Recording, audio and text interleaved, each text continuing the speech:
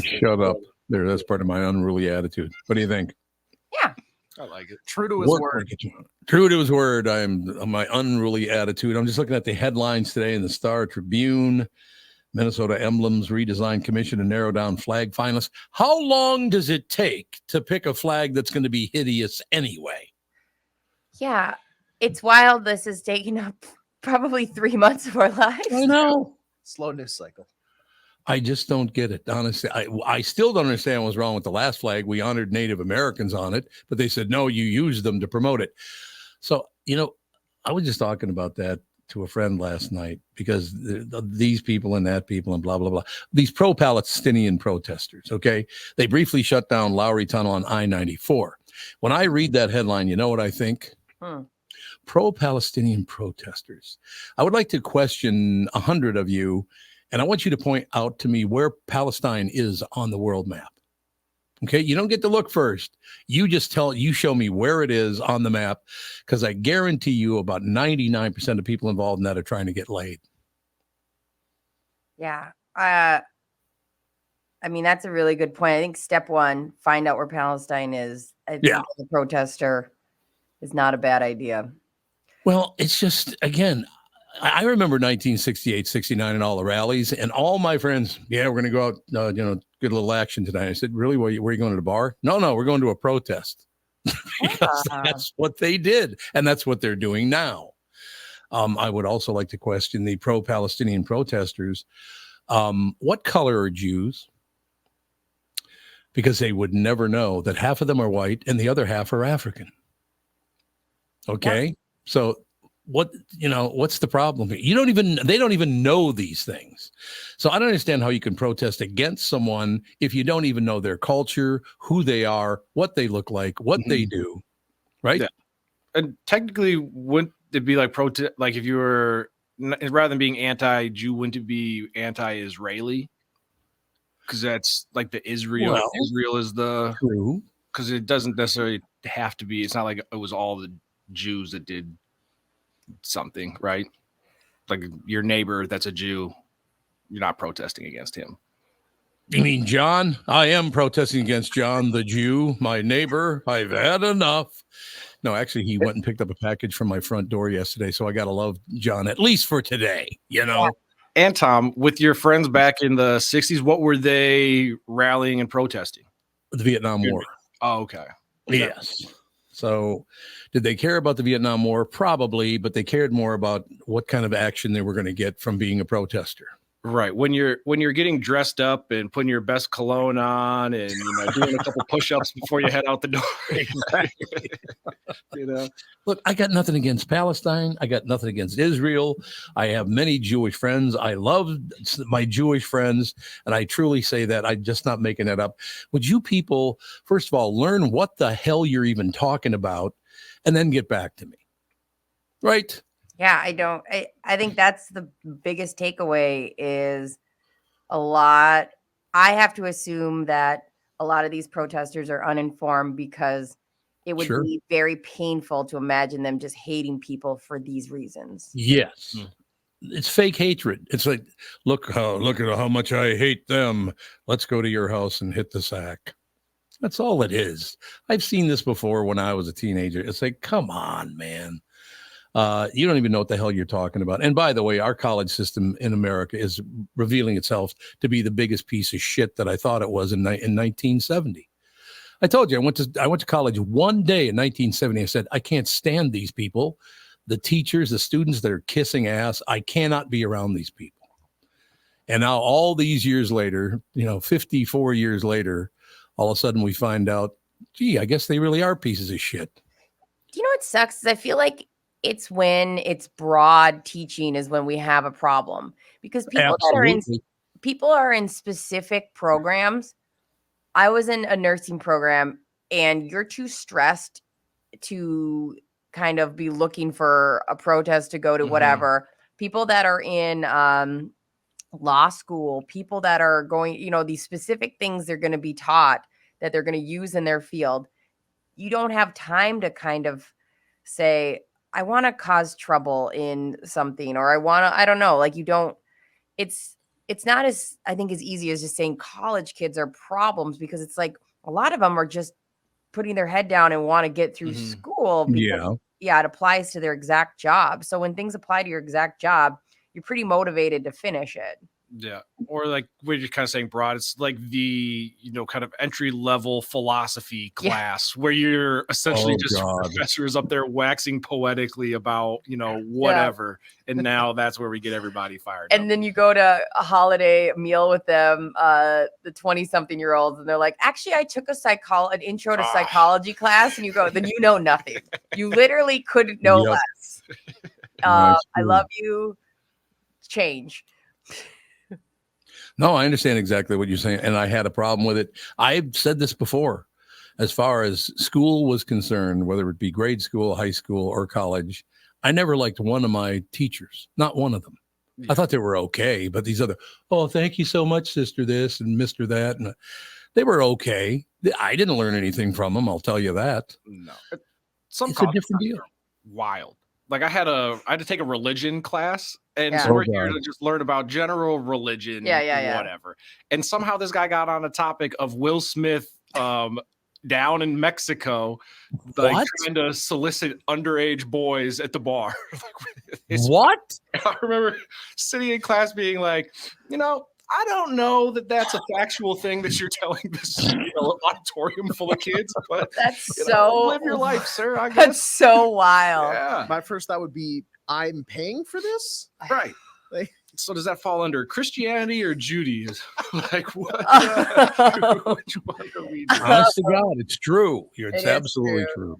I really wish that people would stop. That people still do nothing but judge someone by their skin color. Because now all of a sudden, there are all these pink-haired white women that think if you're black, you're automatically the greatest person. That's not even close to true. Look at Tevin. He's a horrible person. You see what I'm saying? I don't know. I've been given kind of the benefit of the doubt. You give the benefit of the doubt. If you turn on someone and treat them poorly because of their skin color, you're a racist asshole. But if you kiss someone's ass at high noon for money benefit because of their skin color, you're also a racist asshole. How do they not see the other side of that coin? Yeah. The same, right? Like I treat all three of you like shit. I treat you the same. Mm-hmm. A woman, a black man, and AJ, Grizzly Adams, and whatever I am, and whatever you are. Now I was going to go with something worse, and I decided no, I don't want to call him that. That's not very nice. Okay. Look, just live in your world. You don't know anything about the inner city. First of all, you know nothing about what goes on there. So stop trying to judge people that come from that neighborhood, no matter what their skin color is. You will never understand them. And I understand that you don't understand me in a lot of ways. A lot of people don't, because I'm not your average honky. I didn't choose this. This is the way I grew up. I didn't live like that, Yeah. Yeah. Also, sorry, go ahead. No, you're up. Oh, no, sorry. Go ahead. I didn't mean to interrupt. I thought you were done. I was done. Oh. Now you're angering me. No. Sorry. I said not your average honky should be the title of your biography. It should be when you write that book. Yeah. What does miasma mean again? I was going to write a book and call it miasma, which is poisoned air, I believe, is what miasma is. Is poisoned air. Yeah. I thought it was going to be a great title, but then I decided I have no interest in putting out a book, so miasma. I'll just change my middle name to miasma. Thomas M. Barnard. It's Thomas Mark Barnard right now, but it'll become Thomas Miasma Barnard. But he's a poison air Tommy. Right? Been poisoning the air since that sounds like an amazing Wild West name. Like just a 6-shooter. Oh no, it's Poison Air Tommy. Yeah, I don't know. People are very weird. One thing I have noticed since this whole thing kicked into high gear several months ago, and I don't know what the direct result of that would be, but since that all happened, I get very few phone calls during the day. Are people just not willing? Do they just not want to come out of their shell? They're not communicating. I mean, is that part of it? Yeah, I think it's just one of those. I think people kind of have that constant negativity or whatever around. Yeah. you hit a wall. I mean, I've hit a wall. Like sometimes the things we're talking about, I'm like, I can't solve any of this. So I don't know how involved I want to be. And I don't know what to do about that. I just got a text message from Paul Mercurio. Well, I didn't just get it. It came at 3:00 this morning. Mm-hmm. What the hell is he doing up at 3:00 in the morning? Explain that to me. I mean, is he probably either in New York or LA, wherever he lives? So what's the time difference? Is that 4:00 there? Yeah, New York. It's still early or late. Wouldn't that be the same? That'd be the same time as Tom then, right? No. Indeed. No, because we're an hour behind. So never mind.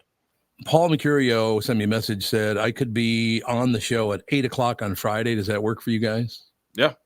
I guess, what does he mean? 8:00? Is that your time? Our time? No, he's going to be in town. He's coming in the studio. Oh, yeah. He's coming in the studio. Tell him to pop by 8:00. We could do that. Absolutely. 8:00 would be good. He said, let me see if I can stay till 9. What's the address of the studio again? I don't have that. And then he's going to come on at 11:30 and be on the last half of the family show too. Paul and I have been friends for a million. Man, you guys know him. I mean, obviously, you used to bring him around.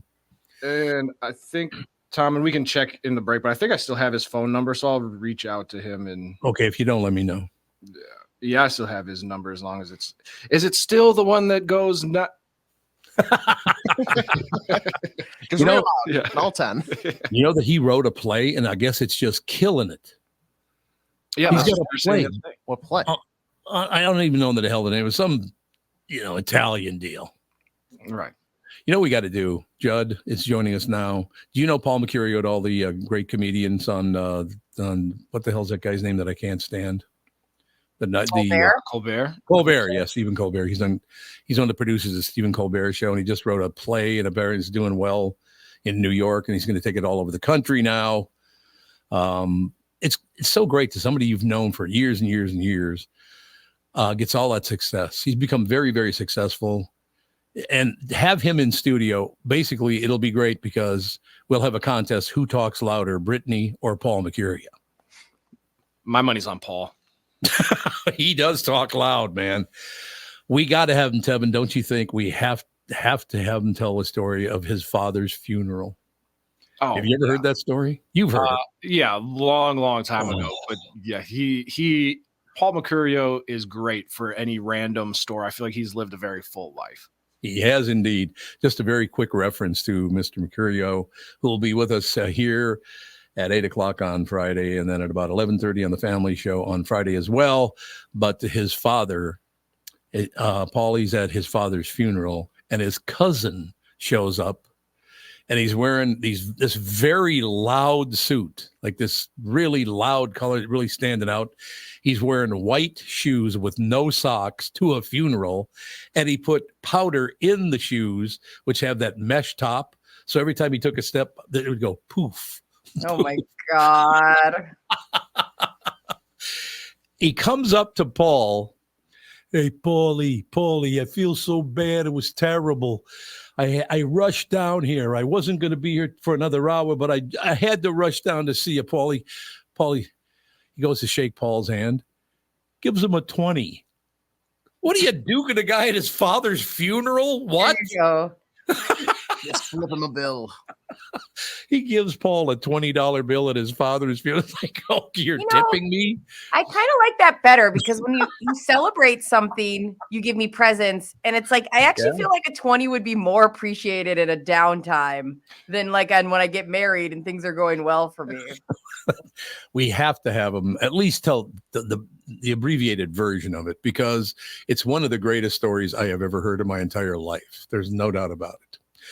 So, Judd, what the hell is going on in the sports world? Because the Vikings now are back in the swing because the Packers got beat.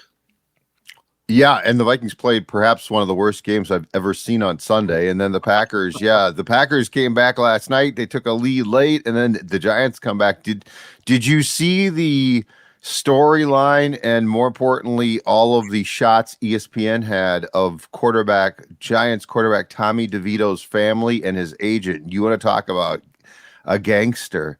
His agent, you've got to see this if you didn't. I know. It's amazing. Oh, my God. It was just it was such great television. It literally looked like the Sopranos were at the game. Yep. He's all dressed. He's got the fedora. Yep. You got the sunglasses. You got the chain. Italian suit. It's like, oh my! You got the chain. Yes, he had a chain.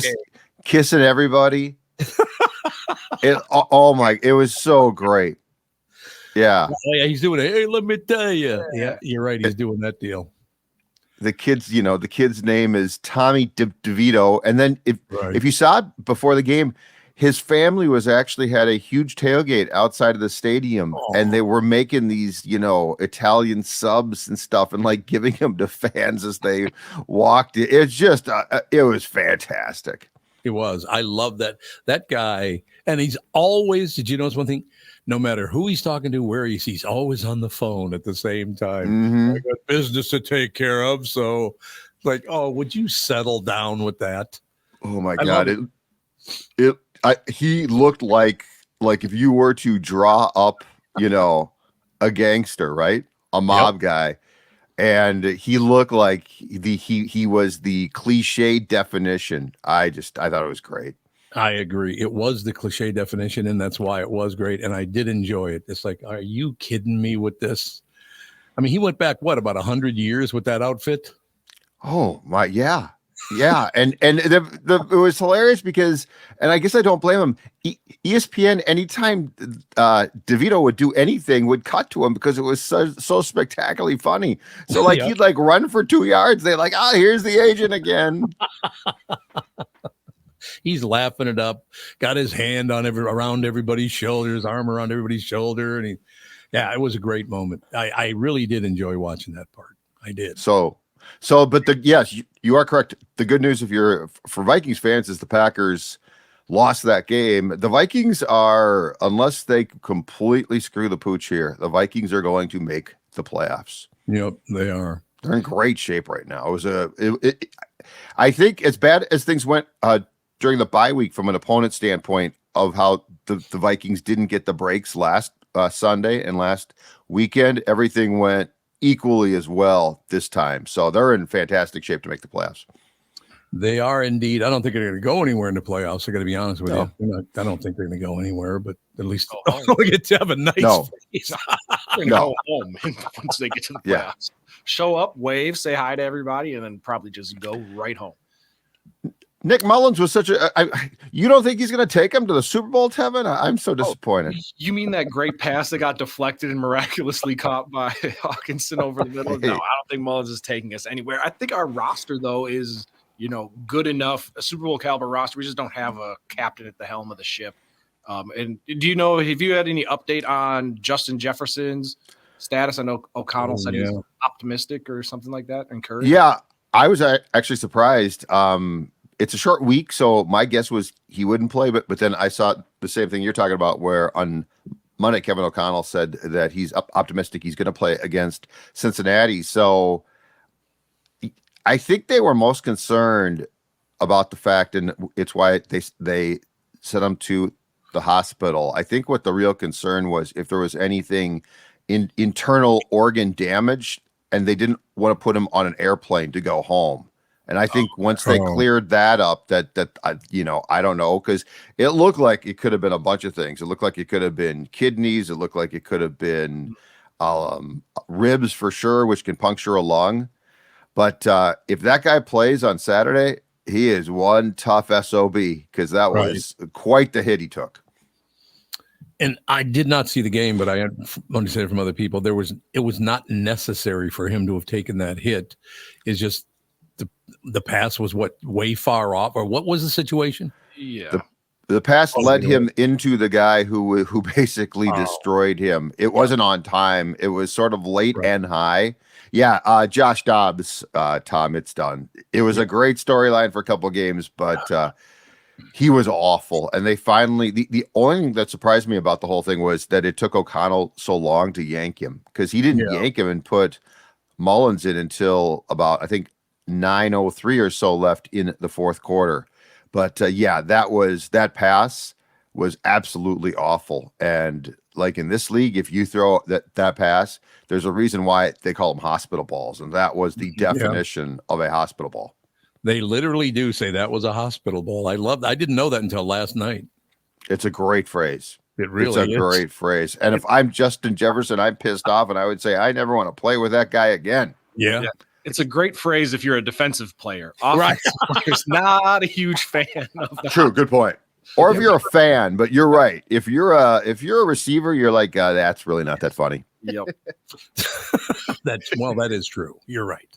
It's not that funny if you're a receiver, but I don't know. So they'll make the playoffs, and then we'll go, oh boy, that was great. And then the season will be over after one game. And for some reason, Judd, I still like the coach, and his staff is pretty good. Most of it, really good in some areas. Should I have faith in this coach? I don't know yet. Like I'm with you, and I think he does some things well, but I don't think we know enough yet. Yeah. So it's hard to say. And in his defense, when you're playing, if Mullen starts on Saturday, that's going to be their fourth starting quarterback of the season. I think it becomes very hard to decide on a coach when you have that much uncertainty, which of course comes from the fact Cousins got hurt. It makes it hard to decide on him, because until he gets his quarterback, or until he consistently has his guy, like you're literally dealing with backups. Mm-hmm. You know, and Dobbs was a great story for, well, essentially a game and a half against the Saints, but you know, he is a career journeyman backup for a reason. And so that makes it's harder to pass judgment on the coach when he's just trying to essentially hold the whole thing together with gum. Yeah, you know, he's trying to take gum from his mouth and stick it there and be like, I hope that works. So I'm with you though. I like him. I just need to see more. No, that's exactly what it is. We need to see more. What can he do from here? This is only his second year, correct? Yes, correct. So yeah, we'll give him some more. He seems like a very bright guy. Seems like he knows what he's doing. I hope that's the situation. But hey, you think we could talk Tarkinen into coming back for a couple of games? You know, France, I think he's still doing great. He's in good shape. So yeah, just go down, pick him up in the private plane, bring him back here, and you know, it's got to be in the private plane. You're absolutely right, because he ain't getting on an airplane to fly up. Now, you must have had him on Score North several times, haven't you? We have not, but I've met him before, and I grew up. He was actually the first QB that I saw when I started to watch the team. It was towards the end of his career, but yeah, he was what a great story. What a great player he was. Look at this. When I do this that's my watch. Oh, wow. I better keep my watch out of the light, man. I'll burn a hole in my own face. It'd be just wonderful. Fran Tarkinen is one of the nicest guys you'd ever want to meet. Very smart guy from Athens, Georgia. Mm-hmm. And I was first of all, it was Joe Kapp. That's the guy that I saw first, because I think Fran went out to the Giants or something. Yep, Giants. Yeah, it was the Giants. But Tarkinen, I always enjoyed him. He could scramble just a little bit. There's no doubt about it. So I don't know. Tommy Kramer, I thought, was a terrific quarterback. Never quite got it there, but I thought Tommy did a hell of a job with that too. He was good. Absolutely. Yep. Absolutely. And it was Tommy through much of the 80s, and then Wade Wilson would play occasionally as well. Yep. But, you know, that position and the requirements have changed so much as far as, you know, the importance now and how much more complex things are and all of that good stuff. But, yeah, Tarkington was incredible because there hadn't been a scrambler before Francis. You know, before he came in, no one had done that. And Van Brocklin was his first coach, and it drove him absolutely crazy. He hated it. Hated it. He did. He hated it. Van Brocklin was a pain in the ass, wasn't he? Yeah, I think he's the definition of what people consider to be a prick. I think Norm Van Brocklin fit that requirement. All due respect to the dead, yeah, I don't think he was real well liked. That's true. Well, to show the balance of all that, Tommy Kramer, I used to light him up on the show back in the day and go, oh, my God, this team sucks. They got to get a new quarterback. He's just terrible. I'd run him and go, hey, how you doing, Tommy? I said, not too bad, Tommy. How you doing? Things are good. He didn't give a rat's ass if you went after him, praised him, whatever. He's just a straight-ahead nice guy. Yeah, well, and he's an old school tough guy too. Like I don't think he really cared. I don't think he gave a damn about that type of stuff. Now guys hear about it, or they're thin skinned, but that's a different era of football player and athlete too. And I think Tommy was far more of a battler than a lot of QBs are now. And of course he was often, I should say, on the old strip, but like the Rusty Scupper and stuff as well. So he lived the good old school sports life. He did. The Rusty Scupper is gone, man. It's too. It's now part of the Walzer dealership. Apparently, got a garage. It is. But Joe Sensors is gone. Mm-hmm. Yeah, that's right. It's gone now. Nothing's left. Joe Sensor, another great guy, man. Tough row to hoe at the end there, but just a great guy, really nice. I don't know that Minnesotans understand how many really, really good people we have had coming through this town in the sports arena. A lot of good people. Mm-hmm. Yep. Joe was great, or Joe is great, I should say. Yeah. There you go. Some pains in the ass, but that'll happen once in a while. It'll all work out in the end. But so yeah, I don't know. Good though. Going to make the playoffs. I probably will watch the playoff game, but I don't have much faith in them going anywhere. No, until they get until they either get Cousins back next season, or they actually draft or find a starting caliber QB. I think making the playoffs will be considered an accomplishment. The thing about it too, though, is if you look at the bottom of the playoff picture in the conference, I mean, it is awful. It is, because seven teams make it, and I think the Vikings are the 6th seed right now, and the 7th seed is being fought for by a bunch of teams right now that don't have winning records. So that just tells you that's not it. They put in a 7th team, and I know why, but it's not really often going to probably be a deserving playoff team. Yeah. No question about it. Who is the best team in football right now, in professional football? I think San Francisco's really damn good. They are good, man. They are really good. Did you see that coming? They've been really solid now for a while, so I'm not shocked. I want to say they lost 3 in a row, including to the Vikings, when Deebo Samuel, who's a wide receiver in name only, but he's basically a hybrid running back receiver, and their Pro Bowl left tackle were out. And so it looked like they might be in some trouble. But those guys came back, Tom, and they have been absolutely fantastic since. That is terrific. No doubt about it. Okay, anything to do with the hockey team, the basketball team, anything we should know? Basketball team lost last night to the Pelicans. Uh-oh. Which, by the way, I love that name. The New Orleans Pelicans is a great, fantastic name. Their stadium is even better. The Smoothie King Arena. Smoothie King, yeah. Smoothie King's big. Yep. You guys ever spent any time in New Orleans? Oh yeah. Yep. Oh yeah. I've spent my fair share of time up and down the good old Bourbon Street. Me too, man. New Orleans is not like the rest of the United States. I will tell you that. It's not. You're 1,000% right. It is nothing, but man, you want to talk about food? Oh my God. And going up and down the street, people are very friendly, very nice. Unless, of course, they're hitting you up for money for something, this, that, or the other thing. But that gets to be kind of a pain in the ass. But I enjoyed every moment I've spent in New Orleans. I really did. I was down there a lot back after the hurricane. Kath and I were trying to help people out, and it was wonderful, actually. Is there a city in this country with better hole in the wall restaurants? Probably. So not. I don't mean like on the main drag. I mean off the beaten path. They have more restaurants that are just absolutely incredible.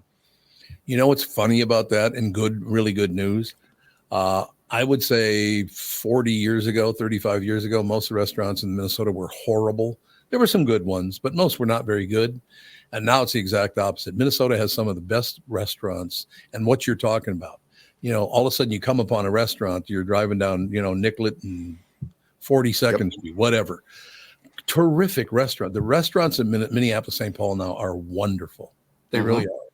What happened? Somebody woke them up? That's a really good point. Do you think it's the proliferation of chefs who are willing to try things now? Yeah, I think so. I think that's a good point. Yep. And unfortunately, the pandemic closed a bunch of just fantastic places, but it feels like we're replacing them, which is great. It is great stuff. All right, Pally, I know you got to hit the road, but we will talk to you tomorrow. Sounds good. I will talk to you with hopefully some good news about something, but we'll find out. Because I don't know what it's going to be.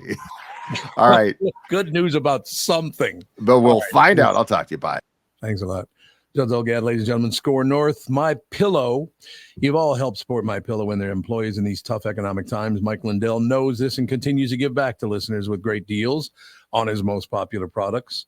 Right now, you can save 50% on Queen and King pillows, the original My Slippers, and the My Pillow 6-pack bath towel sets are back in stock. The proprietary technology makes them extremely absorbent, yet still provides that soft feel you look for in a towel. Set comes with 2 bath towels, 2 hand towels, 2 washcloths.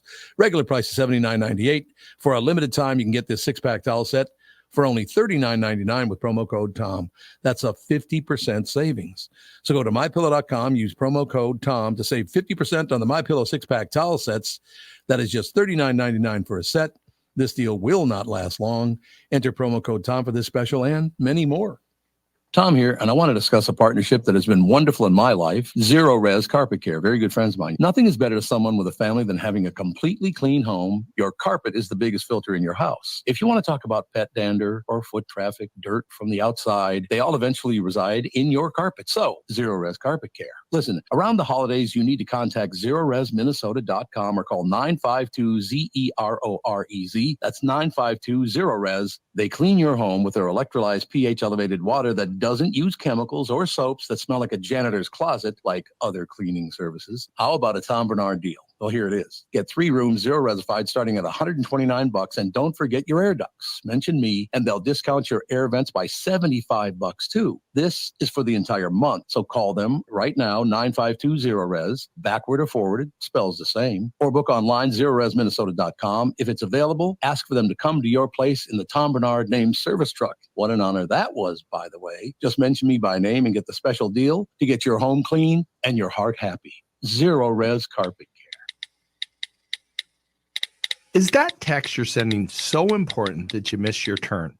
Is that text you're sending so important that you ran the red light?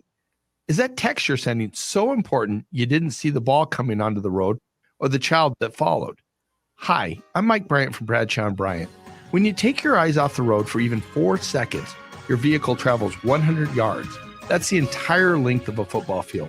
If you absolutely have to text, you need to pull off the road somewhere safe and do it from there. Texting and driving is against the law and can cause serious injury or even death to you and others. Now that is important.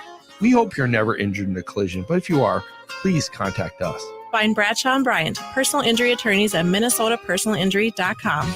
Going farther with Mike Bryant on your side, seeking justice for the injured.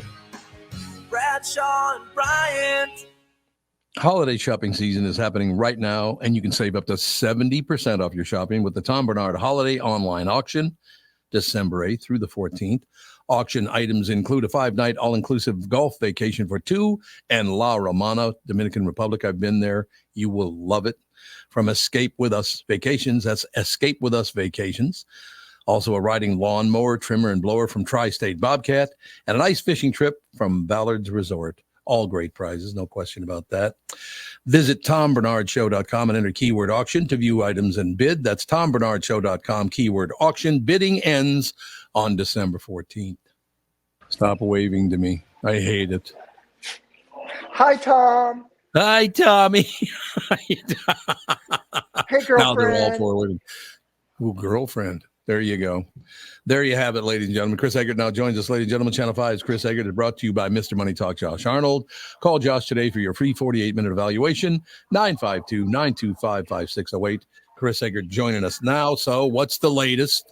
I am live this morning at Sparky's Cafe in beautiful downtown Anoka. Do they have microphones there that you can talk into? You don't hear me? That's a little weird. I'll tell you that. I'm sure it's weird because whenever I'm out of the studio, the signal's weird and yada, yada, yada. So is it that bad?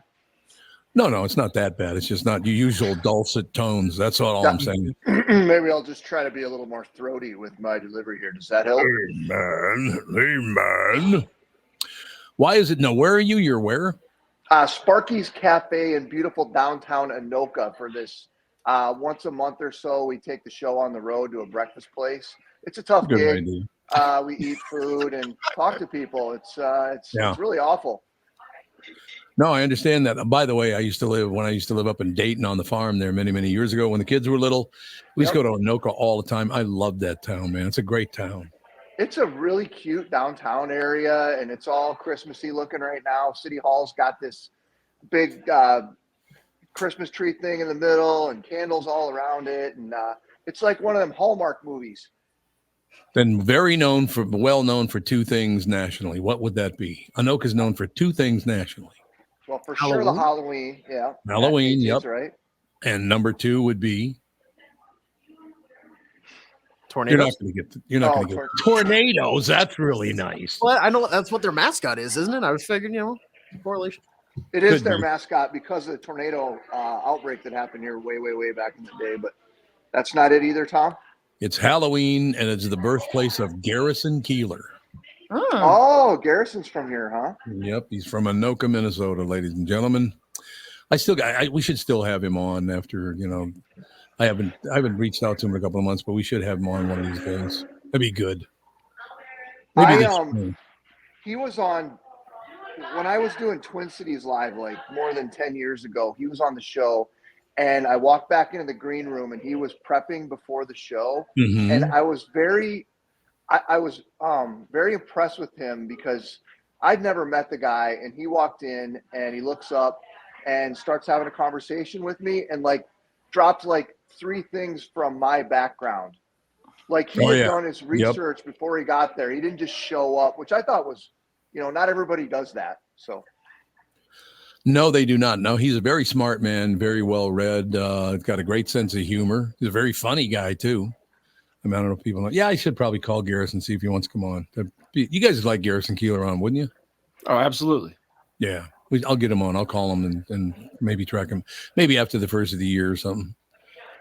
Something like that. He travels. I know he's in New York a lot. That I do know. But I believe he's still got a house in St. Paul, doesn't he? I think. I think so, but yeah. Not sure. Oh, so anything else in the news we should know about, other than protests everywhere and everybody hates everyone? Yeah, there was that. The protest. I think they ended up, for those who aren't familiar, protest in downtown Minneapolis last night. Rather troublesome from a traffic standpoint because it was pro-Palestinian supporters, and they kind of pulled a caravan of vehicles into the Lowry Tunnel and basically stopped there. So you can imagine during rush hour at night what kind of problems that would cause. So Chris, go ahead. Oh, sorry. I would say, do you know? So a lot of times when they shut down a freeway, they'll contact the city and they kind of get coordinated to make sure that nobody's getting run over and there's not a lot of or whatever. There's at least some support from local authorities. Did they do that, or was it just kind of a random shutdown? I think it was different because they were in vehicles. It wasn't like a big group of people. It was almost like a parade of cars, and then they stopped there in the tunnel. So I doubt it. Okay.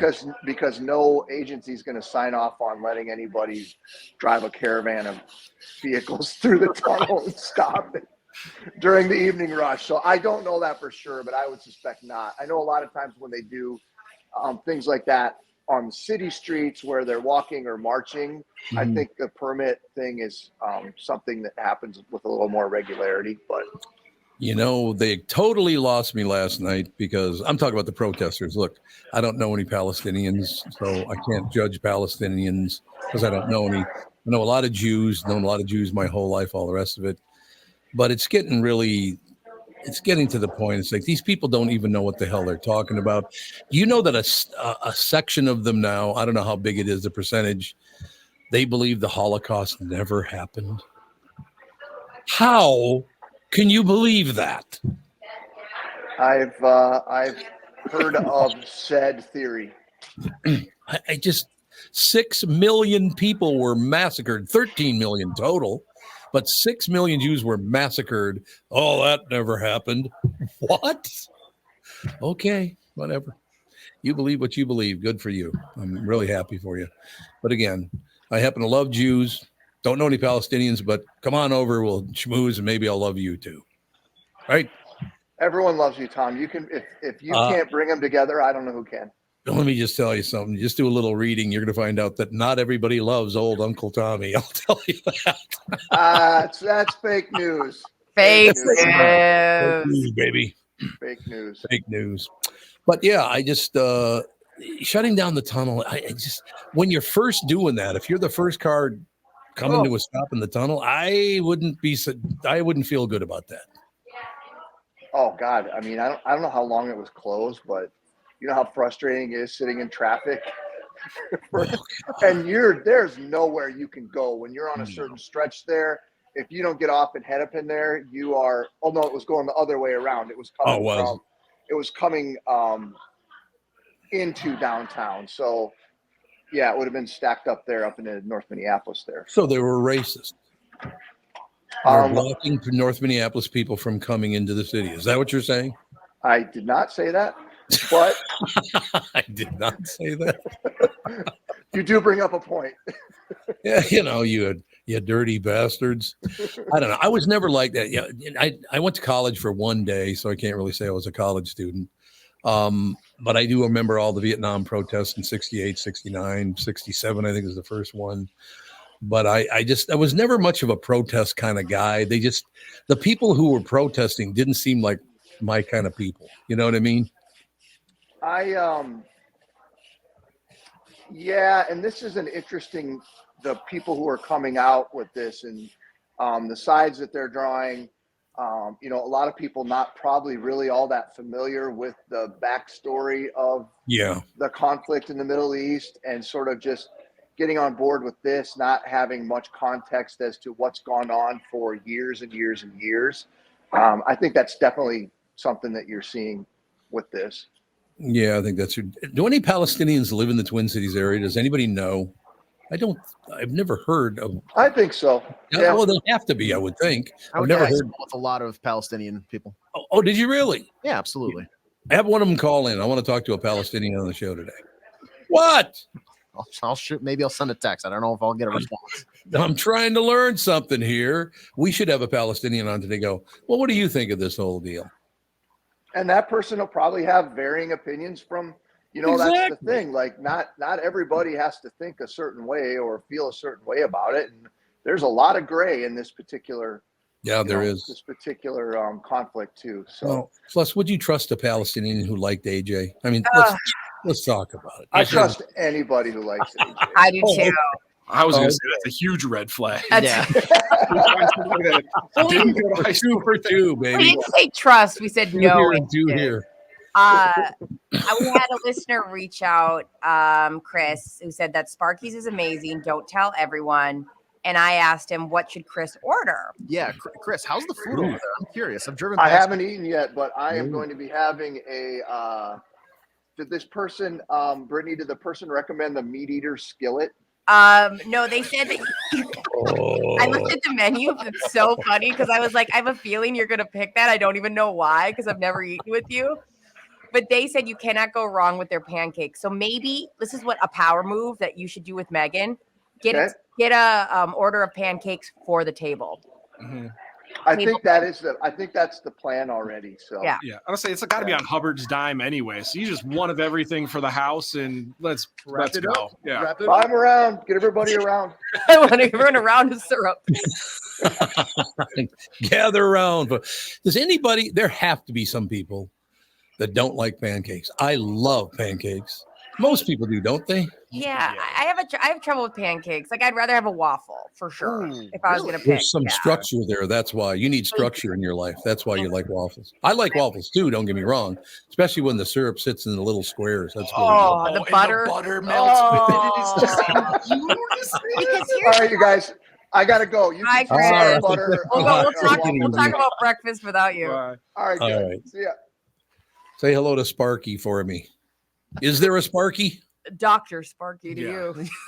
There was a friend of mine's father who, when he hated someone, he called them Sparky. Yeah, is that right? Listen here, Sparky. I feel like you knew that too, Tevin? I don't do that, but I've heard Sparky said more as an insult or as a dog's name than like a name of a restaurant or somebody. Yeah, listen here, Sparky. It's like, what? Right, you think you're so smart? Yeah. Ladies and gentlemen, Chris Eggert joined us. Channel 5's Chris Eggert, brought to you by Mr. Money Talk, Josh Arnold. Call Josh today for your free 48-minute evaluation, 952-925-5608, 952-925-5608. No, I'm very serious about that. I want some Palestinians to start calling in because I want to get your view of the whole situation. And if Jews want to call in too. I don't want anybody going after anybody. If you don't like the other side, then I don't want to hear from you. All I'm saying, right? Yeah. We don't need that on this show. So I'll decide if I hate you both by the time the show's over. You know what I mean? Both callers, I hate them. No, but I have not heard anything anywhere on podcasts or radio or television, sideline, because I call them sideline because they're not on the news, they're not on television, they're not on a radio, podcast, and whatever. But I would like to get their take on what they think this is all about, really. Because there's something behind all of this, and I would guess somebody's holding a lot of money somewhere.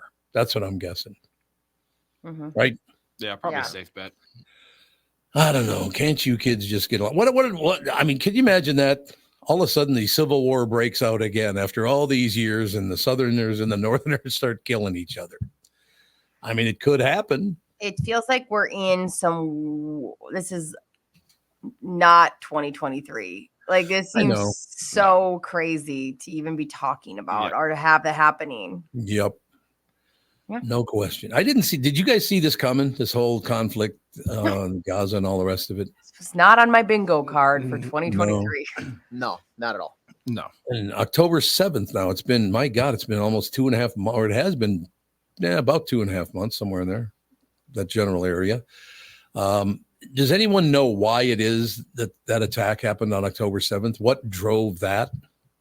Just hatred toward the Jews? Is that it felt like it just came out of nowhere. Like, and I guess most terrorist attacks aren't necessarily advertised ahead of time, but it felt like there wasn't any like rumblings of, things are getting progressively worse over there. Cause it's always kind of been, I guess, negative news always coming from the Gaza Strip in that area. Right. But yeah, this all of a sudden it was like, what do you mean there was a concert that got attacked? Like, that doesn't make any sense. And then now it's just this whole, obviously, blown out of control. Is that a parental thing, do you think? Because I do remember my mother, when I was a little boy, because like I said, my old man wasn't around. My mother was not anti anybody. She would, you're talking, well, we grew up in, like I said, a Catholic, Black, and Jewish neighborhood. So there are different, 3 different types of people there, I guess you could say it. And she taught us from a very, very young age, just show people some respect and, don't stick your nose in their business and everything will be fine. Do most kids not hear that from their parents? I don't know. I don't know. I just it's just so wild because you can only this is where you have to kind of get back to basics. You have to raise your kids what you think is the right way and kind of just keep your head down in some ways. And I know be aware and try to make a difference, but sometimes making a difference is making sure you raise your kids with just the idea of a little amount as hate as possible. That'd be good. Let's cut back on the hatred. Sounds good to me. Love that for us. Yeah, I don't know. I sit around and I watch the news and I'm like, really? This is where we're all headed yet again. This is just never going to come to an end. And I don't know. Looking back, because Hitler took over North Africa, did he not? Before World War II, I guess is the best way to put it. That's one of the first places he went, isn't it? I'm not sure. I know he was in Africa only because I know in the Band of Brothers miniseries, they have a line where it's like, my brother's in Africa. He says it's hot. And it's like, oh, it's hot in Africa? Thanks, Bill. It's like Africa hot. Who said that? Man, it's hot. It's like Africa hot. That was in a movie too. Absolutely. But I just, and I want to ask you guys something. My mother did teach us to not hate anybody. You can not like them. You maybe don't agree with them. But my mother, from a very young age, taught me, if you hate someone, you are wasting your time. Yeah. Why do you hate anybody? Just stay away from them. You don't have to deal with them. Who cares? Yeah, there's a lot of people in this world. It's really not that hard. Also, like, you don't have to know. You don't have to seek out to hate. You know what I mean? Like, I work out with a group of people every Monday and Tuesday night. And, like, I have no idea what religion or creed or whatever. And, like, it's one of those things where you kind of go, it's really easy to have great relationships and fun relationships with people and not go more into depth. Like, it can be surface level. Absolutely. Like, just have a great time. And then if something comes up, go, oh, okay, cool. I love that you're that. Let's keep, it's really not that hard to interact with people on a day-to-day basis. No, I don't think so. And I'll give you an example. There were a few people at the old place. They were horrendous human beings. I could think of at least 3 of them. Terrible people that took advantage of other people, harmed other people. I didn't like them. I didn't want to work with them. But did I hate them? I wouldn't give 1 minute of hatred toward them because they don't mean anything to me. Yeah. I'm not going to waste my time hating anybody. You're giving them too much power in your life if you end up hating someone. Yes. I suppose if somebody came and, shot one of my brothers, I would have probably had a little hatred toward them, but that never happened. I would not waste my time hating anyway. There's some people I don't like. I find some people to be very disgusting human beings, but I wouldn't waste any time on hating them. You're ruining your own life, aren't you? Yeah. Mm-hmm. I don't know, just calm down, you pains in the ass. Is that a good way to put it? Love it. Yeah, I think so. Put it on a shirt. Calm down, you pains in the ass. I like that a lot, actually. No, seriously. In case there are some very young people listening, seriously, do not learn anything from this other than the fact you're wasting your time hating anyone. It's the worst idea a human being can have is I hate you. Yeah. I feel like it's terrible. I feel like it's going to give you cancer. Works for me. Didn't work out too well for Hitler to be such a hateful pain in the ass. No, did it? Huh? No, I can't say that that is a great course to take. No. Well, there's no question about it. All right. So, I mean, you guys feel the same way, though. Would you even waste 5 minutes? You can dislike someone. That's fine. But to go as far as hatred, I don't see any of the 3 of you doing that. Listen, I've had people I've hated, but like the more time you get away from it, the more time you realize they've had their motives and they were trying their best. I really believe that. There are people in my life where, and Tom, you have people in your life that angered you so much. Mm-hmm. But when you get away from it, I think the healing process is not being around them and going, in their narratives, I'm the bad guy. Yeah, that's exactly right.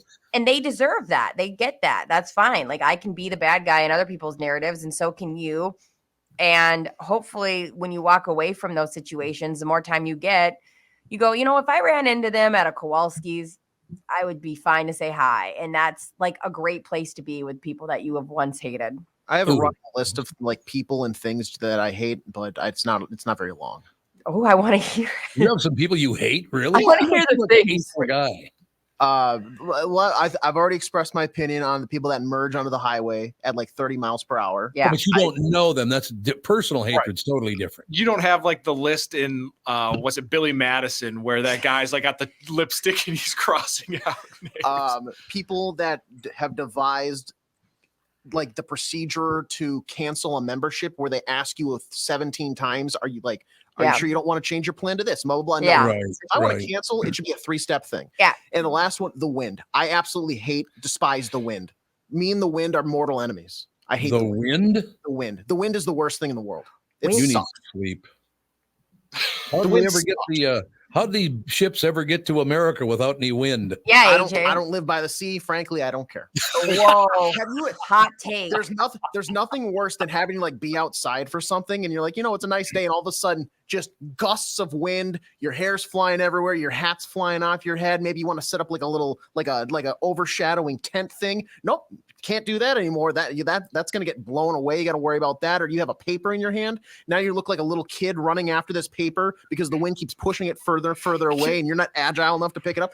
I hate the wind. Can I ask you a question, AJ? I hate the wind.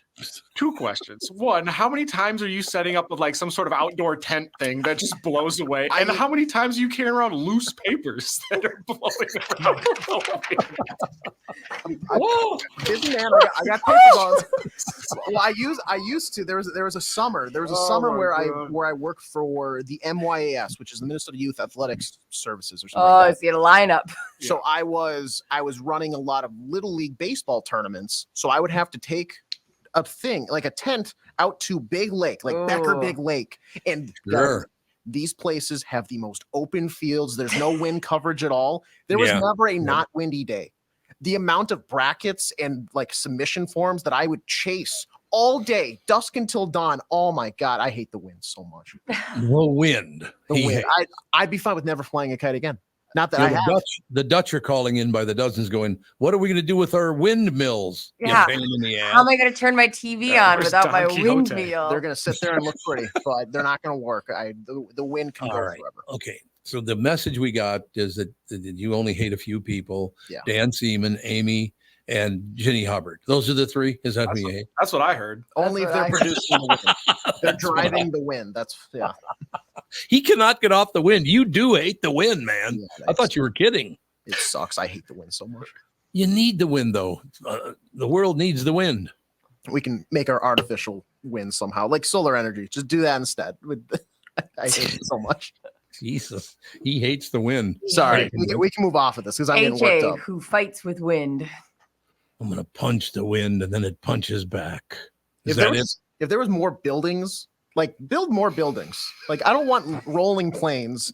I want industrial buildings to just block it off. That's what I want. I got some bad news for you. Fire away. You walk down the street in New York City with all those huge towers. The wind has to shove through that little tunnel. Isn't that the worst though too? Isn't that the worst? God, you can get some big time wind in those tunnels, man. AJ, you would have hated leaving the Metrodome back in the day. Oh my God! No, yes. I remember that. You get thrown out like you're like a bouncer at a club or whatever. Just all of a sudden you're on your knees and palms in the front of the Metrodome like a peasant. Just the wind hates everybody. Peasant? No, it's a peasant. Ugh. All right, we should move on by going to break because I think. Well, now wait a second. My takeaway, am I right about this, that you do hate the wind? No. Yeah. A lot. We'll be right back with Blowhard AJ. Do you hate that wind too? The one's coming out of your yapper when you talk? Yeah, I'll turn my mic off for the next segment so we can get the air flow. We can't have that. We'll be right back, ladies and gentlemen. So happy to welcome back our longtime friend Sabre Plumbing, Heating, and Air Conditioning to the show. I've known Steve, the owner, for many years, and I completely trust Sabre to keep my house comfortable. Why? Sabre does everything the right way, and they always put the customer first. I love the team at Sabre because their service experts are experienced NATE certified technicians. They're not salespeople. Their pricing is completely upfront, and they fix only what needs to be fixed and nothing more. Sabre is dedicated to giving customers what they need, when they need it, and at the fair price, which is a wonderful thing. Keeping your family safe and comfortable without breaking the bank.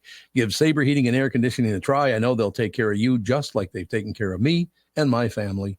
Whether you need a new Bryant furnace or air conditioner replaced or just simply need a service call to get you going again, go to saberheating.com. That is SABRE heating.com. Sabre and Bryant, whatever it takes.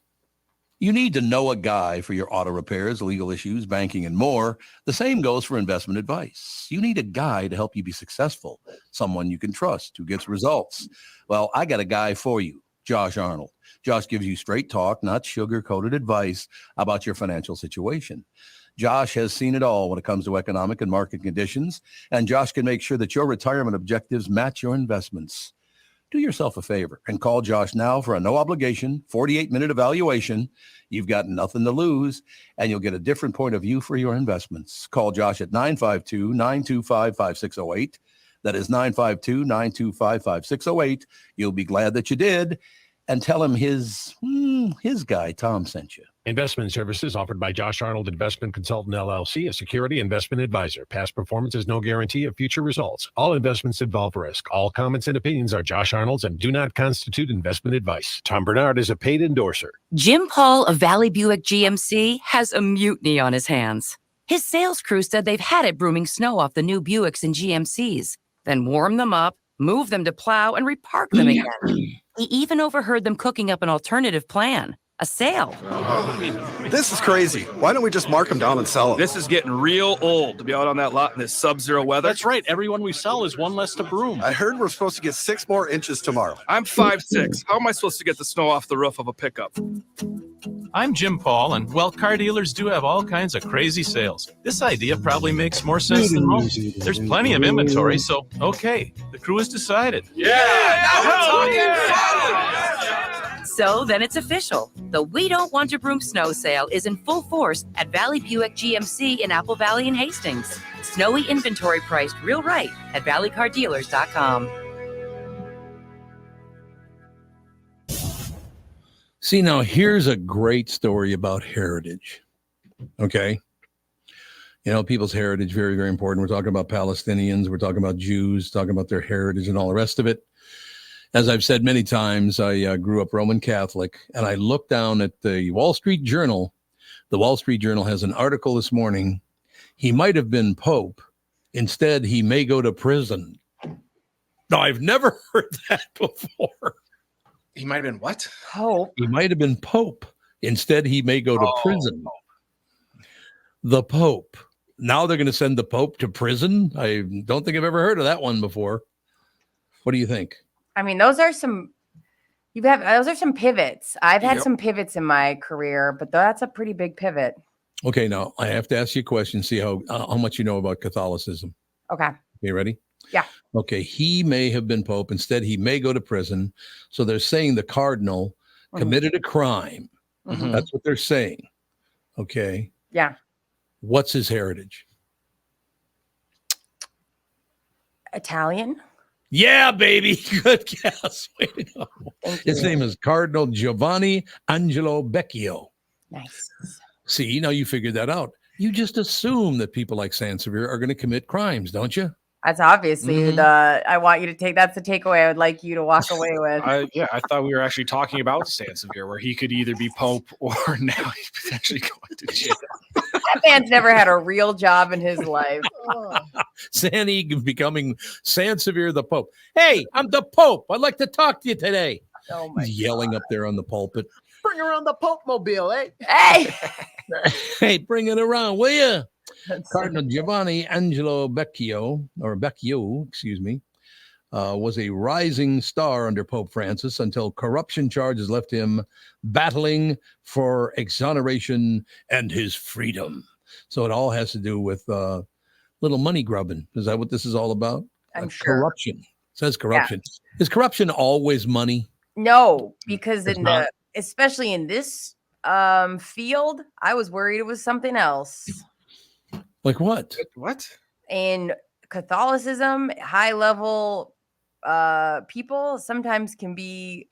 Are we child rape? No, he's saying corruption. No, I'm just saying that like it could have been anything. Oh, like, well, yeah. That's what I'm saying. Like, I'm glad it's money compared to like them hiding the fact that was a big part of the field for a while. Is like, I'll take the money over other things in this realm. Does anyone understand what she's saying? Because I got no idea. She's just saying, like, when it comes to like a crime that the Pope committed, a lot of times you hear about child molestation or hiding it. That's the big one. But as far as corruption goes, once you get into the world of corruption, I mean, almost 100% of the time it's money based. So you're saying there's more child involved sex in Catholicism than any other religion? No, I didn't say that. That's exactly what I heard. Well, it's shocking that's what you heard. No, I'm telling my mother in my prayers tonight. Yep, Brittany turned on you, toots. First off, it's not a hot take that the Catholic Church has hidden the child molestations and moved priests around to hide it. That's not a hot take.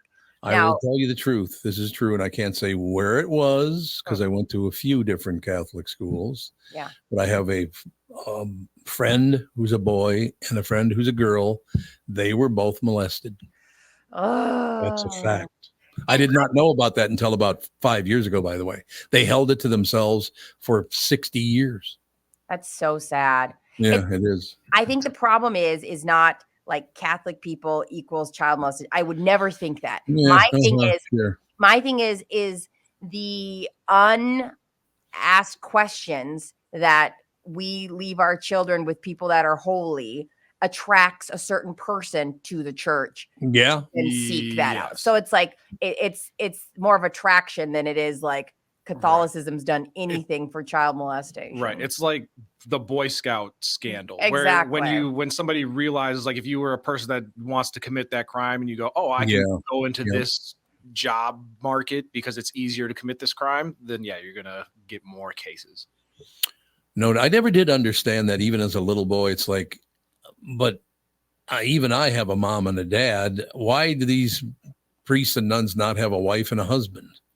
I had a hard time understanding their reasoning there, because then they started telling me why that is, because women are married to God. I guess that they're married to God. Well, does God, I suppose he's picking up the bills because they passed the plate on Sunday. So I suppose but the idea that your life extends all the way into wherever heaven might be is a little odd thinking to me. I got to be honest with you. Yeah, I think it's a real missed opportunity to not allow priests to have wives. But I also don't think that in this case it would be preventative for the situation, because I don't think that somebody who molests children would stop to switch it out with a wife. Does that make sense? Like, yeah, no, I understand exactly what you're saying. But I get what you're saying, Tom. Like, I think you could be both things. I think, and a lot of religions do have that, where you can be the head of a church and have a wife or a husband. Yeah, I don't know. It's a big part of it's the most important thing in my life is being married to Catherine. It's very, very important. The kids came from there. The grandkids came from there. I have a wonderful life. I don't know. It just never made any sense to me. Even as a little boy, it's like, well, why do I have a mom and a dad, but they can't be a mom or a dad? Because you would think a priest and a nun would be wonderful parents, wouldn't you? Yeah, and to grow up in the church in the right environment, like with the way that they want it to be, like the way that most Catholic people want the church to be, and that like what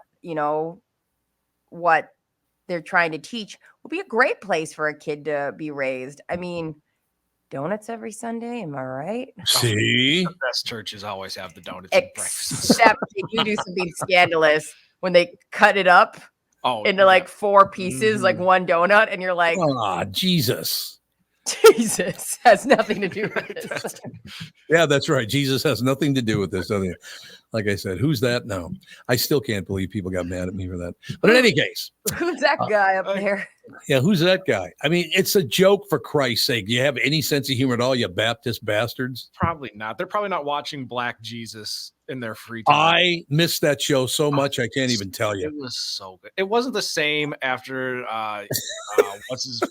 why can't I think of his name? Died, the main character. Yeah, the brother, the brother of Eddie Murphy's brother, Charlie Murphy. Yeah, yeah. But such a great show. That show. Did you guys ever see Black Jesus? Oh yeah, it was on Adult Swim, so I watched it. God, it was good. AJ, you get a chance? That was one of those shows where it's like I would see the commercials for it, but I never like sat down to watch it, because they didn't really play a lot of reruns of like, it was when it aired was when it aired, and that was kind of it. And I just never happened to like line it up at the right time. No, I've seen it was only 3 seasons, wasn't it? I think. It was 3 or 4, and whatever the last season was, I mean, you could take it or leave it. Yeah, the last season wasn't as good. You're right, but I just love the fact that Jesus was just the neighborhood thug, basically. I love that. I thought it was wonderful. Jesus, yep, no question about it.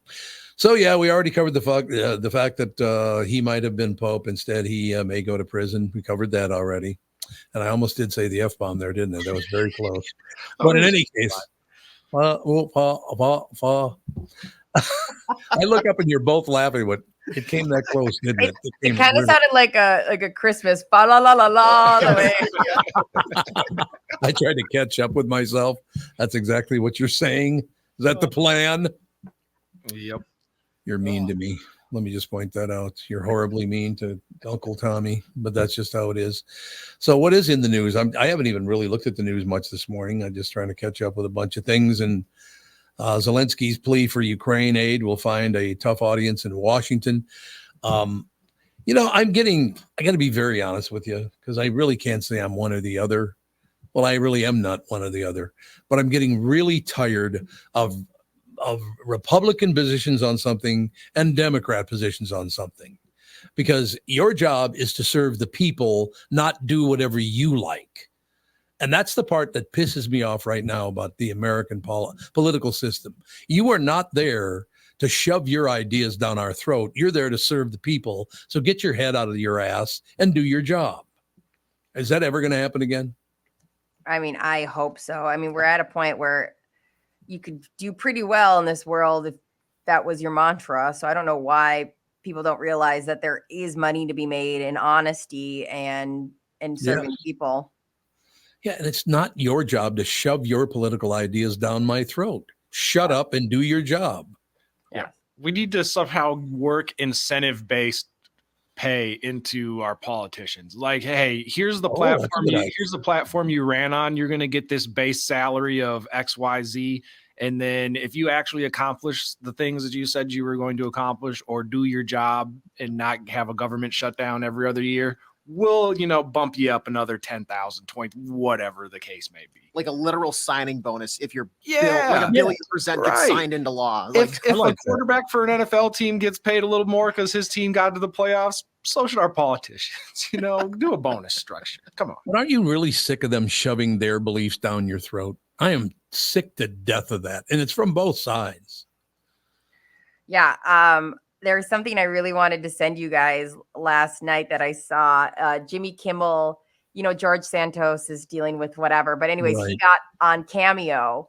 And so now you pay $400 and you can have him say whatever you want. And Jimmy Kimmel ordered a bunch. And you guys, it is hilarious. Like, we might have to play the audio, because it was like, they have him saying all sorts of insane things. And like, good for him. At least he's making money, honestly, for once. Yeah, for once. Good for him.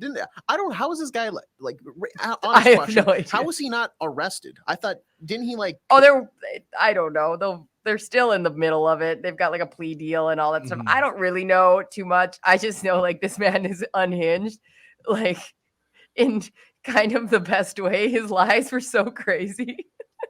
Because was he the guy that his friend got arrested for the child or the sex crimes or whatever? No, this is the guy that just like lied about everything to get elected. Oh, okay. You're talking about Menudo, or what's that guy's name? Menendez or George Santos? Oh yeah. It's like it's like Anthony Menudo or something like that. Is his actual name? Something like that. It's one of those. But once again, there's the exact proof we're talking about. On one side, you got a Republican, Santos, and on the other side, you got Menudo, or whatever the hell his name. These people are filthy. Shut up and serve the people. How about that? Yeah. Right. I mean, I wish there were one political party that were free and clear of all this, but it's not possible, because it's occupied by human beings, and they are going to go after whatever pleases them the most. That's a very human thing to do, I guess. More me now, me first, and then we'll get to you. Yeah. Right? Right. I really wish it wasn't that way. I wish they'd just do their jobs and shut the hell up. All right, because you always talk about this, Brittany, you're going to have to answer this question. Oh, no. No, it's a good question. Okay, good. Would you sell your dog for $200,000? No. I'm trying to think, where would the dog go? Well, the question is going viral after a woman claims someone made her an offer for real. Would you sell your dog for $200,000? A TikToker named Alexis Elion, I think is how you would say that, recently got a Doberman a puppy that's around 6 months old. She claims someone recently offered to buy the dog for $200,000 and she turned them down. This is bullshit. It's bullshit. Also, I don't believe I'm not that attached to a puppy yet. And like, right. If I knew they were going to a good home, all right. Like here's the thing I'm thinking right now. Like right now I have 2 dogs, Murphy and Robot. I love them to no end, but are they kind of getting the short end of the stick because with me and Gogo are kind of getting through, right? You know? So if like somebody said, listen, I can give Robot every day, I will play fetch with her, and every day I'll take her on runs for $200,000. Goodbye. Yeah, I might. Like, you gotta go. I love Robot. I love her, but like I don't feel like I've been doing her justice at all. I've taken her for 1 run in like 3 months. I haven't thrown the ball for her in like at least 3. Like as soon as it's gotten cold, it's just too much work to get everybody outside. So a part of me feels like if I was promised a Robot who loves doing activities, that she could do more activities right now at her life. Yes. But like, again, I'd be heartbroken in some ways, but. Now I'm going to show you how off. Well, I won't even judge her. I'll just read what she did. Okay. Someone offered her $200,000 for her dog. She turned them down. She told her husband, no way, because the dog is like her baby and she feels like she birthed the dog. Random TikTok lady, I need you to take a deep breath. And nobody offered her $200,000 for her dog. No. She would have sold her dog.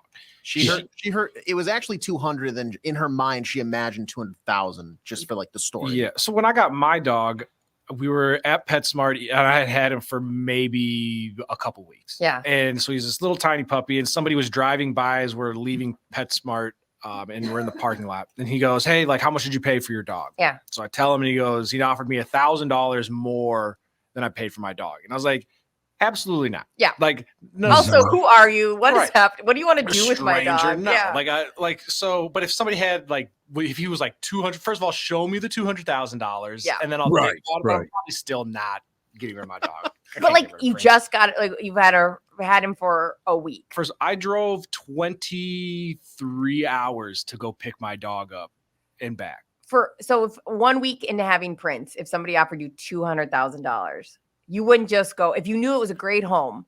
If I knew it was a great home and I had just gotten him, I would. And then I would call that lady and be like, hey, I need another dog. Totally. And I don't mean it in a bad way. Like you'd be crazy to say not. And again, like if I knew that Robot, like Murphy is a chill dog. He doesn't need a lot of exercise. Robot does. And I haven't been doing it. So the part of me that feels guilty is like, if I knew that she was going to somebody who had enough money and resources to like do right by Robot. Yes. And also, I know people hate the puppy mill thing, but if somebody offered me $200,000 for any type of dog, I'm immediately turning into a breeder and upping my prices, because if one person's willing to pay, maybe there's one. Yeah, very true. She said she'd never sell her dog for any amount of money, but was curious what other people would do. So, would you sell your current dog or cat for $200,000, or do you agree it would be like selling your kid? Well, I've never I think the world of Jude, but I don't consider him to be one of my kids. That's a kind of a ridiculous position. Yeah. Jude, that'd be tough. Jude's 11 years old. He'll be 11 years old in a couple of weeks. So, he's at the, what's so weird about him? Last night we sat down to watch some shows. My God, streaming television is good. There's so much good stuff streaming. It is amazing. It's amazing. But we're sitting there and Catherine, when we watch TV, she kind of lays across the couch, and then I just sit up at the other end of the couch. Well, Jude decided last night that we couldn't do that because it's one of those L-shaped couches. Yeah. Mm-hmm. So, Mom, you're going to have to stick your legs down the other side, and then when Dad sits up there, then I can sit between the two of you. It was all about where he could sit, and if her legs are right next to my hip, there's no place for him to lay, and he decided that was just not acceptable. Does he do the thing where he'll like paw at your hand or move it so that way he can lay down? Oh yeah, he does that all the time. No, I don't. Look, 200. First of all, if I were big into money like a lot of people are, I'd be in a hell of a lot different position than I am today, because I don't know. I probably would have sold out and moved to LA and kissed everybody's ass at high noon so I could become a multi-millionaire. It's just, I've never cared for that kind of stuff. You know what I mean? Mm-hmm. So $200,000, good. That's nice. $200,000 is a lot of money, but would I give up somebody? Because I do think the world of Jude. I love Jude. He's a great dog. I would never sell him for $200,000. No way. No, because it's not just like, would I sell a dog for $200,000? Yes, but also it's like the it's not just that it's a dog or a cat or whoever your pet is. It's the happiness that you get from that animal. Like that's what you're selling, is the happiness. Is your happiness worth $200,000? The next story: would you sell a female coworker for $200,000? I would sell Brittany for $20. Somebody came in with a half-eaten breakfast sandwich. Kevin would trade me out. Somebody came in with these notebooks today, and I was like, "You want Brittany in exchange for those notebooks?" Like, yes. And you know what? If it was a better place for me to be, I would say, "Let me go, people." If they have a big yard and will throw the ball for me every day. Let me go. You know, we just haven't taken Brittany on a run in like 3 months. This is so true. Yep, that's true. I almost never get pet. You dropped the ball. There's no question about it. No, I think that's a big. Do you think that woman made up that whole story? Yeah. I do too. Yep. That's an insane Nobody amount of money to just be $200,000 for a dog. I had a really odd interaction. So Robot's really pretty. She's a blue tick coonhound, and she's like classic looking. She's got, she's the spotted, has like the freckly color, and she's got the big ears, and she's just gorgeous. Somebody bought her from a breeder from down south, and then they I think she's gun shy, and they put her in secondhand hound rescue. And I saw her online, and I was like, I love her. We were at a dog park, and this guy goes, "Hey, that's a good looking blue tick coonhound." I was like, "Thanks." You could tell he was like a hunter, and he's like, "So can I give you my number when you breed her?" And I said, "Oh, she's a rescue. She's super fixed. So like, when you guys think you're gonna?"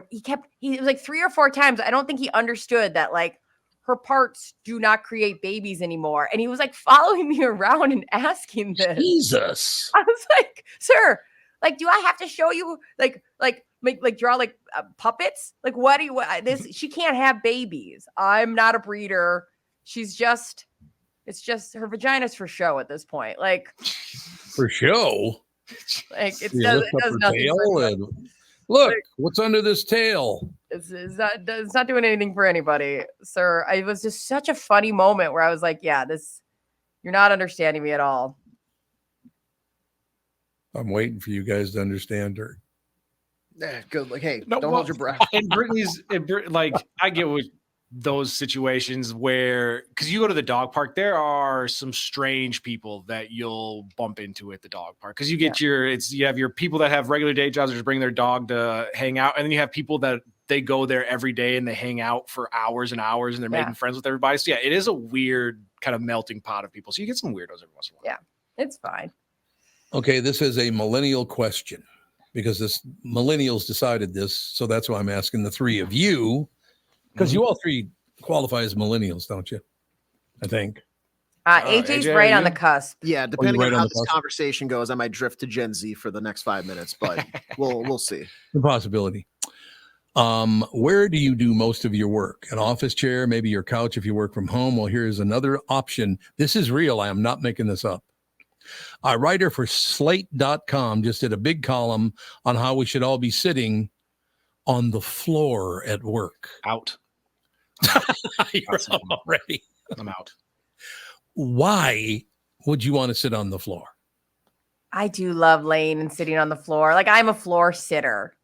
Have you ever wanted to be so uncomfortable doing the thing that you have to do to survive? Do you know what I thought it was going to say, Tom, which has been a big trend right now?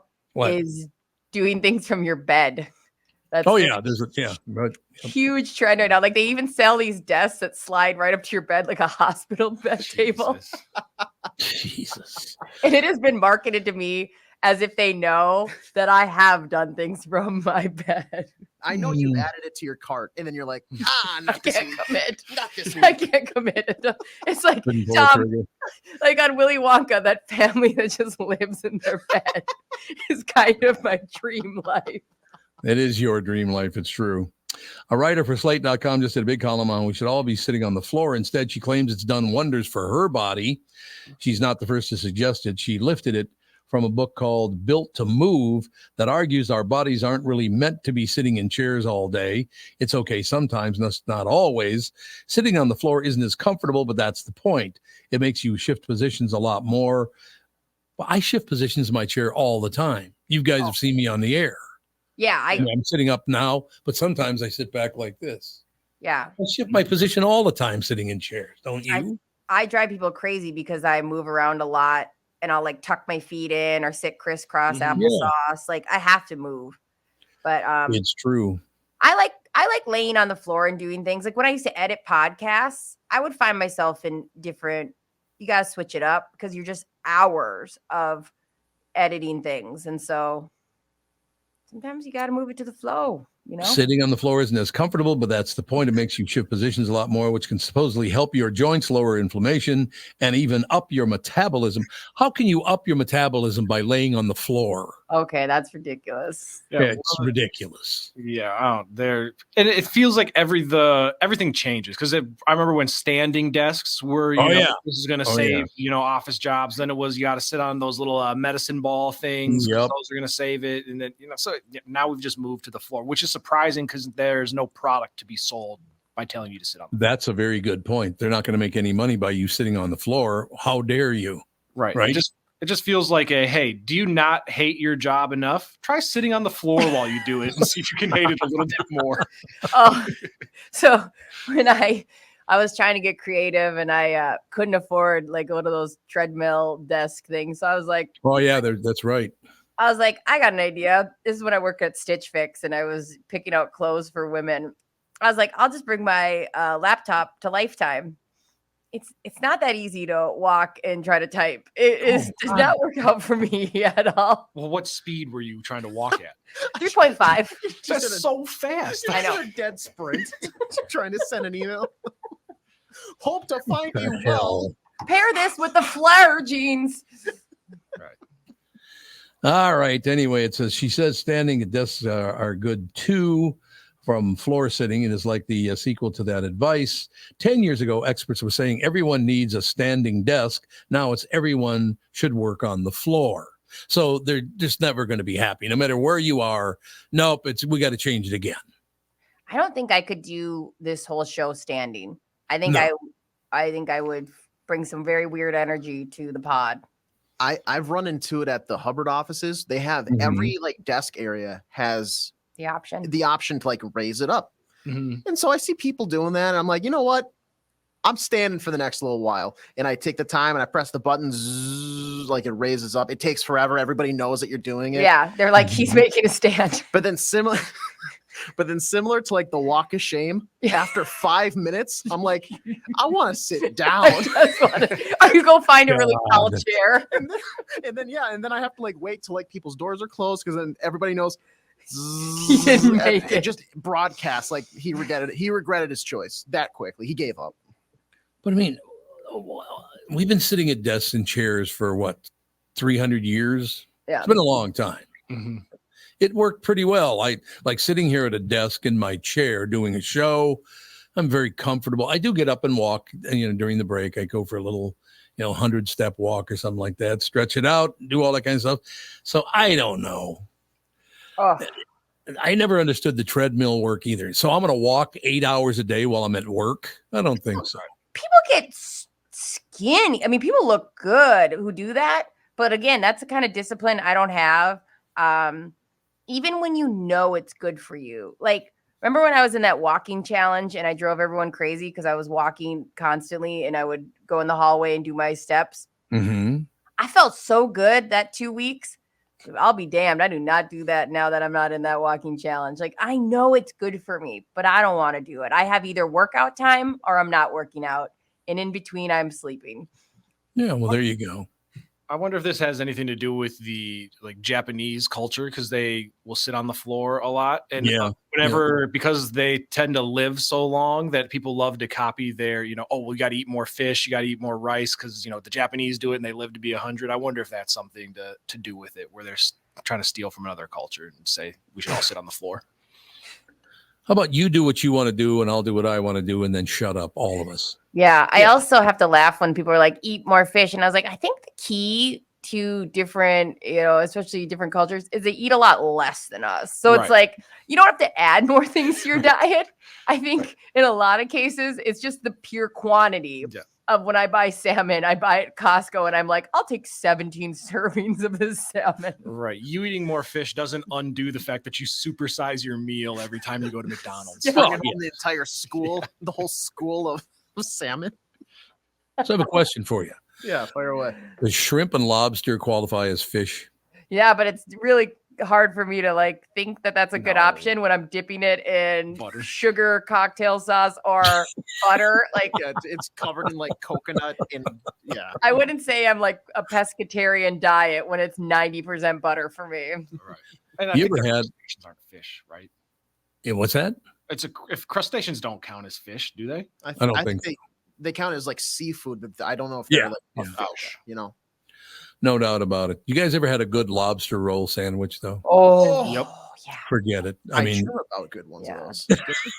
Tom, what do you think is the key to a good lobster? Is it the bread? Is it the toasted buttery bread, or is it the lobster? That's a big part of it. It can't be just some lame ass bread. You're right about that. Yeah. But lobster is one of those deals. It's like when Catherine and I were in Boston a couple of years ago, sitting at that hotel, the Fairmont Hotel, eating lobster that they had just taken out of the bay was my God, lobster is good. But that lobster is the best lobster I've ever had. It was unbelievable.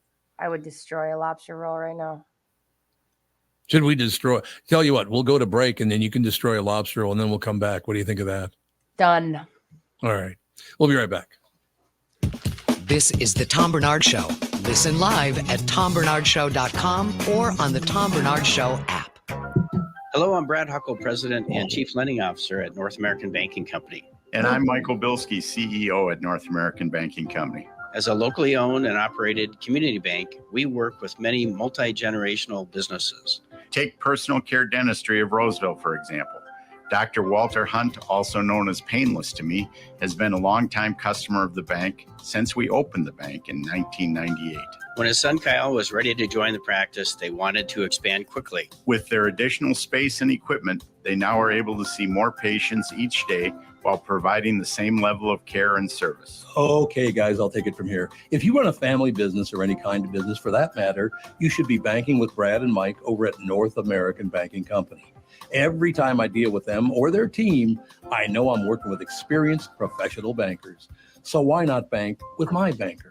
North American Banking Company, a better banking experience, member FDIC, equal housing lender. You know the song Kokomo? It's supposed to be off the Florida Keys, right? Hate to break your Beach Boys bubble, but that's a fictitious place they made up for the song. Fortunately for the rest of us, the Florida Keys island chain are as real as the taxes you have to pay in Minnesota if you're a resident. Now that's a reason to move south. In addition to Florida and all of Monroe County being beautiful, the Keys from Key Largo to Key West are even more beautiful. This is Tom Barnard, part-time Florida resident myself. And if you want a second house or a new retirement home or want to become a Floridian, may I suggest you contact Matt Carlson from One Key West Realty. Matt grew up in Litchfield. He's a super real estate agent when it comes to finding your tropical island space in the Keys. He lives there and here, and Matt knows what's best in Key West to buy for your second home in Florida. Matt teamed up with fellow Minnesotan from Sartell and Alexandria, Kristyn Eklund, who's one of the top mortgage brokers in the country from Coast to Coast Mortgage. She'll get you the financing you need to buy a home in Florida or in Minnesota. Matt's part of the Lake Sotheby's International Realty Group here in Minnesota, and Kristyn, his mortgage colleague, lives and works in the Keys, so they both know the Florida Keys' new and existing homes for sale and are Minnesotan through and through. Contact them by heading to onekeywest.com. That's onekeywest.com. Is that text you're sending so important that you missed your turn? Is that text you're sending so important that you ran the red light? Is that text you're sending so important you didn't see the ball coming onto the road or the child that followed? Hi, I'm Mike Bryant from Bradshaw and Bryant. When you take your eyes off the road for even 4 seconds, your vehicle travels 100 yards. That's the entire length of a football field. If you absolutely have to text, you need to pull off the road somewhere safe and do it from there. Texting and driving is against the law and can cause serious injury or even death to you and others. Now that is important. We hope you're never injured in a collision, but if you are, please contact us. Find Bradshaw and Bryant, personal injury attorneys at minnesotapersonalinjury.com. Going farther with Mike Bryant on your side, seeking justice for the injured. Bradshaw and Bryant. I will do it. I'll follow your lead, I guess, there, Amy. What do you think? Yeah. No question about it. Could you be singing your favorite Christmas carols wrong? I don't sing a lot of Christmas carols. You sing a lot of Christmas carols? Yeah, I sing them all the time now. They're in my head constantly, but that's what we've been listening to at our house. Christmas carol. I do love Christmas carols. There's no question about it. Brings back some magnificent memories being a kid, right? And I definitely sing the words wrong because they're insane words that sometimes don't apply to me at all.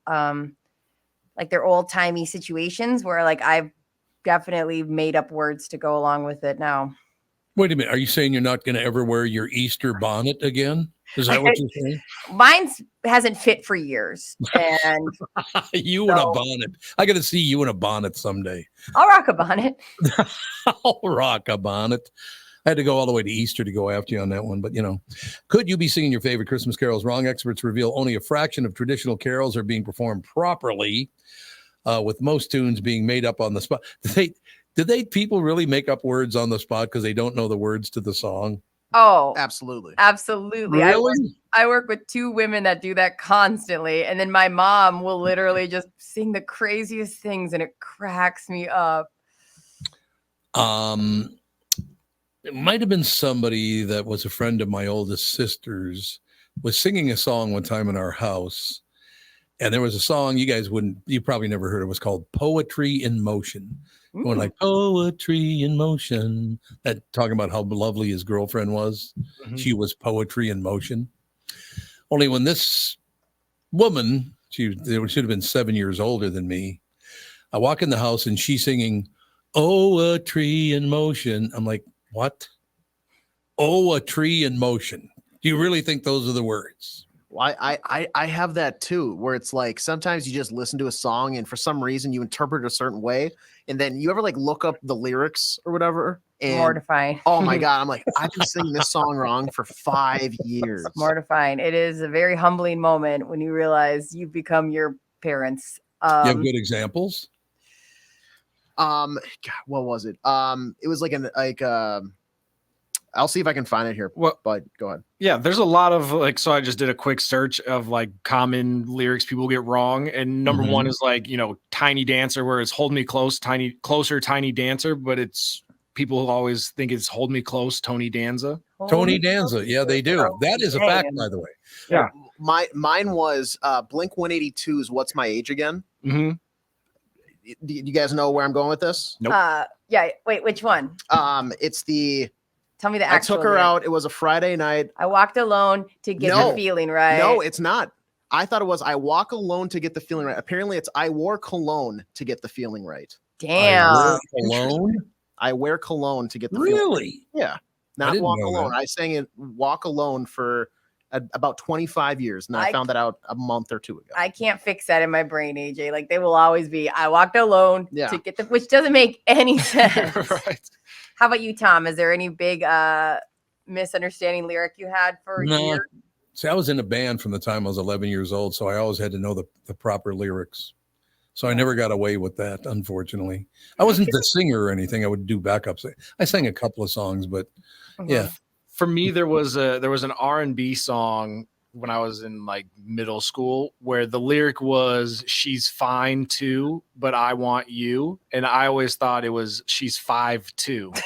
Like he was singing about her height. That's like what everybody thought was. Oh, she's 5'2". That's weird that he's discriminating. Like, but yeah. Not tall enough. Is that the problem? Yeah, I suppose that there have to be many, many examples of people singing the wrong lyrics. I suppose it happens all the time. According to English Heritage, who have carried out a deep dive into the history of Christmas hymns, I never considered them to be hymns, did you? Christmas songs. Yeah, hymns I assume are like the church. Once he's fallen, now he's risen. He will come again. Like Angels We Have Heard on High, I think is technically also a hymn, but I know people sing that as a Christmas carol. Do they? Yeah, they do, don't they? Yeah, that's true. Good points. Research from the charity has shown a light on Britain's festive traditions and revealed that in many cases, most carols have never had a correct melody. Instead, current melodic norms date back to the 19th century when efforts were made to standardize the canon. Before this, many carols were anarchic in nature, had no formal tune, with congregations and soloists merely improvising the melody on the spot. Did you know that? I had no idea they would just improvise carols. That's pretty fly to think about. Some of those things were improv. Like that. Yeah. It also makes sense because some of them are weird. So yeah, it's kind of cool. Yeah. How about a rum pum pum pum? Who came up with that one? Rum pum pum pum. You were just freestyling at that point, just scatting. Yes, we were just scatting, right? What is it again? What are the words of that song? I can't remember the words to that song. They told me, me and my drum. I had to do the pum pum pum part. Absolutely. So what was it? What was the line again? Come, they told me, pum pum pum pum. Come, they told me. Me and my drum. And then I can't even think of what the words would be. The angels, something, rum pum pum pum. Put out a dinner spread, pum pum pum. That's what it is. No, that's not what it is. I was just trying. I don't know. We didn't sit around the house singing a lot of Christmas carols. I got to be honest with you. I like listening to them on the radio and all that stuff, and that's the Christmas music. I have no gifts for him. Pum, pum, pum, pum. No, she's looking it up. No, I'm not. No, I'm not at all. I was like trying to remember. I was like that, and I don't even know who says that or why they say that. And it's like the baby, something about baby Jesus is in there. I know. I swear I'm not looking it up. Yeah, we believe you. Right. Is she buying it? That we believe her? I think so. So leading the study, Dr. Michael Carter, the senior properties historian at English Heritage, said only a fraction of medieval Christmas carols retain their original score, and it's entirely possible that in many instances they were never composed at all. So people think they've heard this, but there was never any real song. How is that possible? Yeah, that's crazy. Like we unitedly all thought it happened. Yeah, exactly. And now they're saying some of these songs were never even composed. All right. I suppose. I don't know. Like I said, I've never been a big I like Christmas carols, but I've never been a big singing Christmas carols kind of guy. Yeah. I like Christmas. We have a playlist on Spotify we like. It's like Christmas Goes Pop, and it's just a bunch of new and old pop singers singing Christmas songs. I like that mix. It's kind of the perfect combo. Yeah, I understand. We can invite our listeners to call in to, do you have a favorite Christmas song? Yeah. What is it? Mariah Carey's All I Want for Christmas Is You. Number one with a bullet. AJ, don't make a face. I'm just saying, it's a song. It's a song. So do you have a favorite one, AJ? Yeah, Jingle Bell Rock. Good song. By who, though? Oh, the original person. I don't know. Oh, the original, okay. I'll look it up. Bobby Helms. I think it was Bobby Helms that did Jingle Bell Rock. I'm not sure, but I think it was Bobby Helms. But Brittany? You're getting a lot closer to my area. Brittany, what do you got? Rocking Around the Christmas Tree by Brenda Lee. Brenda Lee, that's good. So it's got some age on most of them. Yeah. I love that one because then she just it's cute. It's fun. She's got a very cute voice and it's a vibe. And I would say runners up are like Last Christmas and the Chipmunk Christmas song. Oh my God. End my life. Bruce Springsteen has a pretty good one too, just because they wail on the sax. Is that the one where they go one more time and he does something at the end? Or is that I don't know, but it's always when it's on the radio, they play like the live version. Yeah. For whatever reason. And I mean, granted, it works, but Tom, what's your favorite Christmas song? We got to play a little bit of it. You got to look up. It's called When Christmas Is Near. You guys ever heard that song? I think so. It was a phenomenal song. And you got to play, if you're going to play it, you got to play a little bit of it and then forward it to the very end because he hits a note at the end of that song that is unbelievable. But it's such a wonderful it just, you know how holidays are supposed to relax you and go, oh my God, it's Christmas. How wonderful. That song does that to me. It makes me very relaxed and happy just to hear it.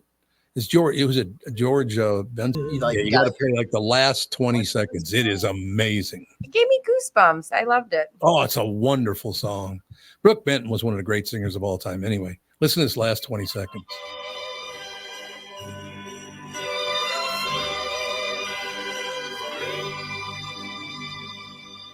That was just when he was last 20 seconds when he was singing. Oh, that's all I got to tell you. Try hitting that note. God, he was a great singer.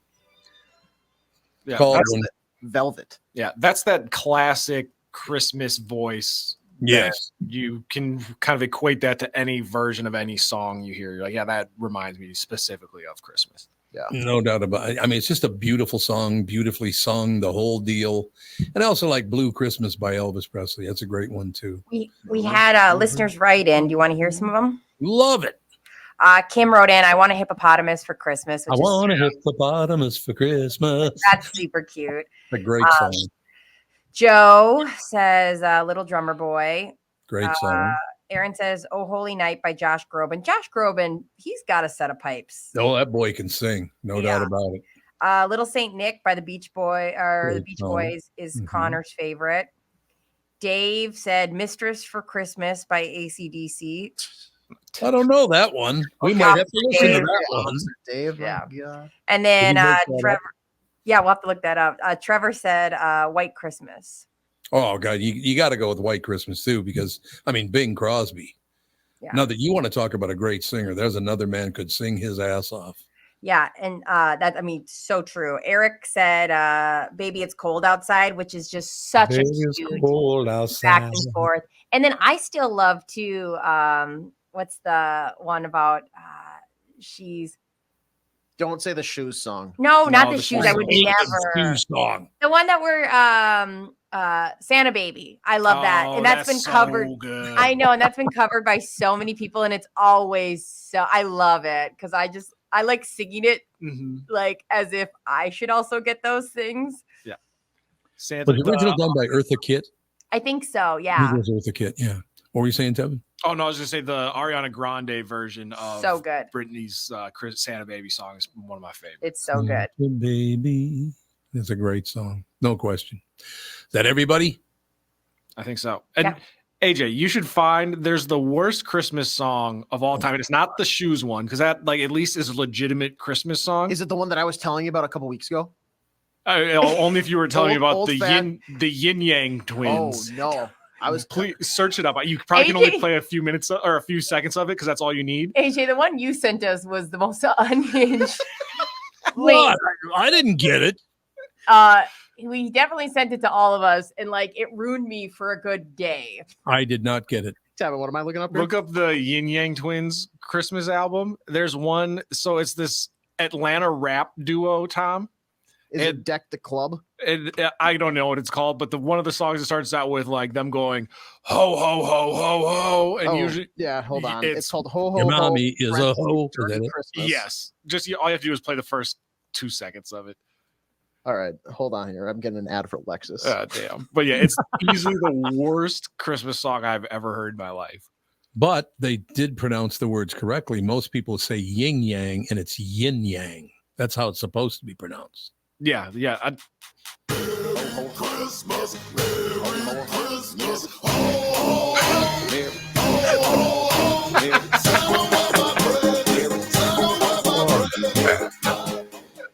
I just said I want my presents. Ho ho ho! God.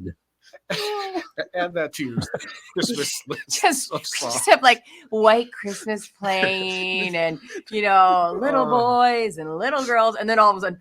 Ho, ho, ho. I am dropping $100 on Touch Tunes at the bar on the Saturday. Just that over and over. Over and over again. So we are singing our Christmas songs correctly. We chose great. All four of those songs are really, really terrific songs that we picked, I think. Yeah. I mean, is there one Christmas song? I mean, I know the what is it called? The Little Shoes, the Baby Shoe. What's it called? The shoe Christmas shoes, I think. So Christmas shoes, yeah. Something like that. I cannot listen to it. It's the saddest damn thing I've ever heard in my entire life. No, thank If you. only he were still alive to wear his Christmas shoes. It's like, shut up. Because if I am in one of my vulnerable moments, I will go down the things you're not supposed to think about, applying it to yourself. So that song is what could have been recorded with disassociation in mind. I can't disassociate when I'm feeling tired or hungry, and all of a sudden I'm crying over my child who is perfectly fine napping in her crib. So I don't know. Thank you. I don't write a Christmas song about a baby dying, for Christ's sake. What are you doing? Hot take, and I agree with it. Wait, I thought the mom was dying in that song. I thought it was a little kid. I thought it was a little kid too. No, it's because the kid's wanting to buy the shoes for his mom. Yeah. Because she's not going to make it to next year. No, it's baby shoes. No, because it's, sir, I want to buy these shoes for my mama, please. It's a different song. It's Christmas Eve. Oh, we're thinking there's multiple shoe songs? Oh, there's a song about baby shoes at Christmas. Yeah. Oh, no, whenever I think of the shoe one, I think of the mom one. And I just like, yeah. You guys, I could not sing it, and you guys both knew it. That's wild. What? What do you mean? There's nothing but talent on this show. What are you talking about? I think they're talented. I just was shocked. I would never listen to that song because I always thought it was about a little baby dying, and I don't want to. But well, there is one about a little baby dying. Well, you and me, Tom, we've either avoided it, and to the point that we've decided that it's that, or there is another one out there. Tell you what, you guys let me know when you want me to get the mood back right, so we can whenever you're done talking about shoes about like for babies dying. I have a mood setter that we can get things back on track. So Sounds good to me. Sounds wonderful. All right, I guess now is the time. Christmas. Oh, thank you.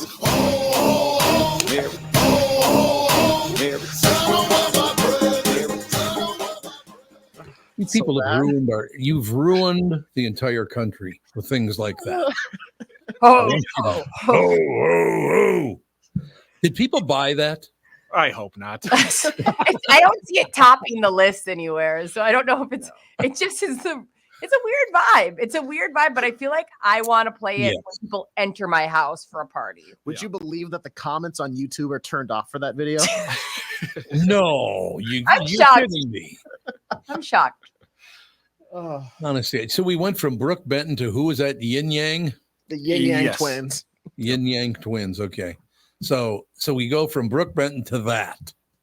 Yeah, I mean, it's musical genius, I would say. Is that what it is? And Tom, if you really want to get your Christmas Carol world topsy-turvy, an old-fashioned Christmas by Linda Bennett is the one to check out. It's just I don't know that one. It's 4 minutes long, so I'm not going to play the whole thing. All right, I'm going to play some of it though. But it's a Christmas. Look, I mean, it's December 12th. So it's time to kick it into high gear. We only got 13 more days till Christmas and only 12 more days till Christmas Eve. So I'm getting in the spirit. That's all I'm saying. This is your music, news, and weather station, bringing you the best in Christmas music on this beautiful Christmas Eve.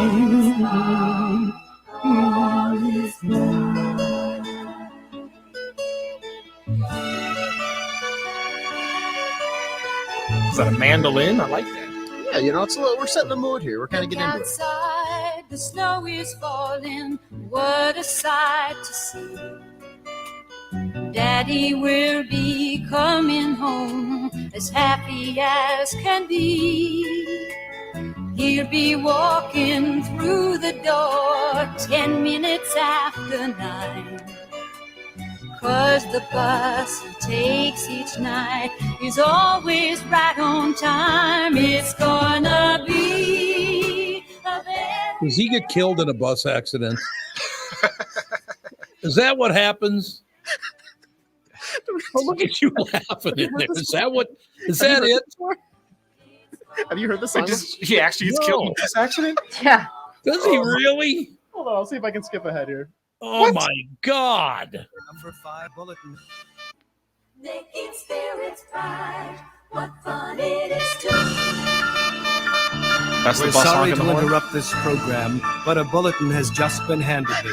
There's been a serious accident involving the number 5 bus. I knew it! What? No, The it's just information we have insane. is that the bus skidded on a patch of ice and slammed into a tree. Stay tuned to this station for further details. It gets worse. Mommy, isn't that the bus Daddy rides each night? Oh my gosh. Put your mind at ease, my children.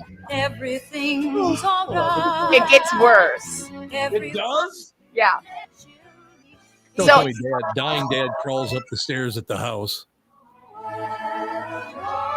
Oh, here we go. So they declare everybody on the bus is dead. Like that at one point is said. Ladies and gentlemen, I've just been handed the latest report involving bus number 5 out of New Haven. And from all indications, we're sorry to report that there were no survivors. See? Oh my God, this just can't happen. What am I to do?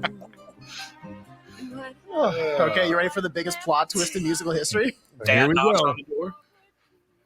Oh no! Oh no! Well, Dad was actually in the toilet the whole time. Merry Christmas, everybody. No, it's late, and I missed my bus.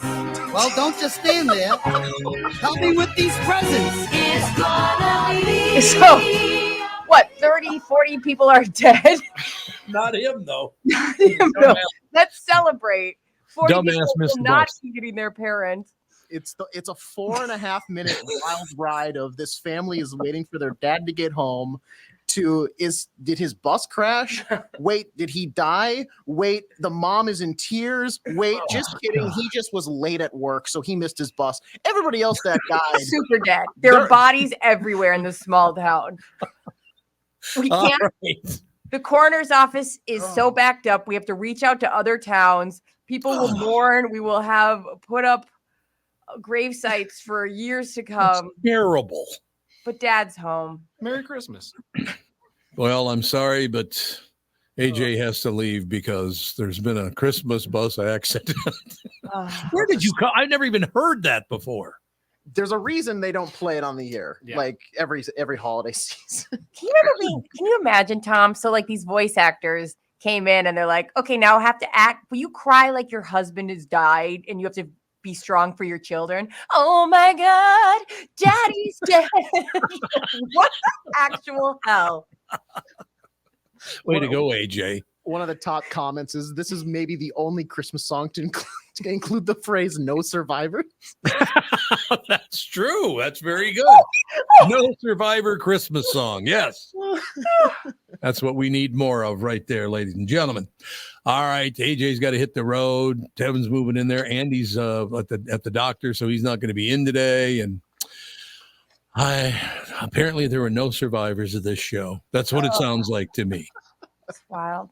All right. We'll take a break. Be right back. This is the Tom Barnard Show. Tom here, and I want to discuss a partnership that has been wonderful in my life, Zero Res Carpet Care. Very good friends of mine. Nothing is better to someone with a family than having a completely clean home. Your carpet is the biggest filter in your house. If you want to talk about pet dander or foot traffic, dirt from the outside, they all eventually reside in your carpet. So, Zero Res Carpet Care. Listen, around the holidays, you need to contact ZeroResMinnesota.com or call 952-ZEROREZ. That's 952-ZERO-RES. They clean your home with their electrolyzed pH-elevated water that doesn't use chemicals or soaps that smell like a janitor's closet like other cleaning services. How about a Tom deal? Well, here it is. Get 3 rooms, zero resified, starting at $129, and don't forget your air ducts. Mention me, and they'll discount your air vents by $75 too. This is for the entire month, so call them right now, 952-0-RES, backward or forwarded, spells the same, or book online, ZeroResMinnesota.com. If it's available, ask for them to come to your place in the Tom Barnard named service truck. What an honor that was, by the way. Just mention me by name and get the special deal to get your home clean and your heart happy.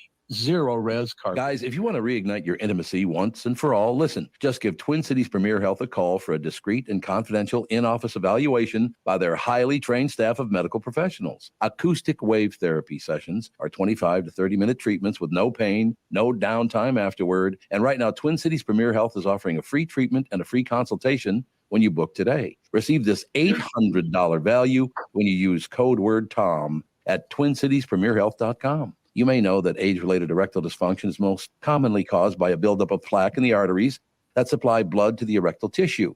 Acoustic wave therapy can rescue your relationship and has been clinically proven to break up plaque. Definitely take advantage of this limited time special offer. Receive a free treatment and a free consultation when you book today. This is a savings of $800 when you use code word TOM at TwinCitiesPremierHealth.com. Be sure to use promo code TOM so we get credit for sending you. I wouldn't recommend a service like this unless I knew they could help you. TwinCitiesPremierHealth.com. I'm so happy to welcome back our longtime friend, Sabre Plumbing, Heating, and Air Conditioning, to the show. I've known Steve, the owner, for many years, and I completely trust Sabre to keep my house comfortable. Why? Sabre does everything the right way, and they always put the customer first. I love the team at Sabre because their service experts are experienced NATE certified technicians, not salespeople. Their pricing is completely upfront, and they fix only what needs to be fixed, nothing more. Sabre is dedicated to giving customers what they need, when they need it, at the fair price, keeping your family safe and comfortable without breaking the bank. Give Sabre Heating and Air Conditioning a try. I know they'll take care of you just like they've taken care of me and my family. Whether you need a new Bryant furnace or air conditioner replaced, or just simply need a service call to get you going again, go to saberheating.com. That's SABRE heating.com. Sabre and Bryant. Whatever it takes. You have all helped support MyPillow and their employees in these tough economic times. Mike Lindell knows this and continues to give back to listeners with great deals on his most popular products. Right now, you can save 50% on Queen and King pillows and the original My Slippers, and the MyPillow 6-pack bath towel sets are back in stock. The proprietary technology makes them extremely absorbent, yet still provides that soft feel you look for in a towel. Set comes with 2 bath towels, 2 hand towels, and 2 washcloths. Regular price is $79.98. And for a limited time, you can get this 6-pack towel set for only $39.99 with promo code TOM. That's a 50% savings. So go to MyPillow.com, use promo code TOM to save 50% on the MyPillow 6-pack towel sets. That is just $39.99 for a set. This deal will not last long. Enter promo code TOM for this special. You know, we got the trifecta going now. Let me just point that out. Nope. Can you hear us? Yeah. I can hear you. Hear Tom. Oh, there. Now we're up again. We weren't up there for a second. There we go. There we are. There, you got it? Yep. Yeah. Sorry. Not a problem. Look, let me just point something out to you. We got the trifecta going today because Andy is at the doctor's office. AJ had to leave for his other lame-ass job. And now Brittany's leaving at 11:45. Quarter to 12. Yeah, that's actually right. I was like, wait a minute. I was going to defend myself. And I was like, no. The problem is, okay, I did this thing where I made an appointment too close to the time. And we always go a little bit over, which is fine. I love hanging out a little bit or later. I actually have a blast with you guys. But I was like, ooh, I better leave when Kristen does. But it's okay because Alex is probably coming in as well. So I would think so, yeah. Let's make the switch. I would think that's probably true.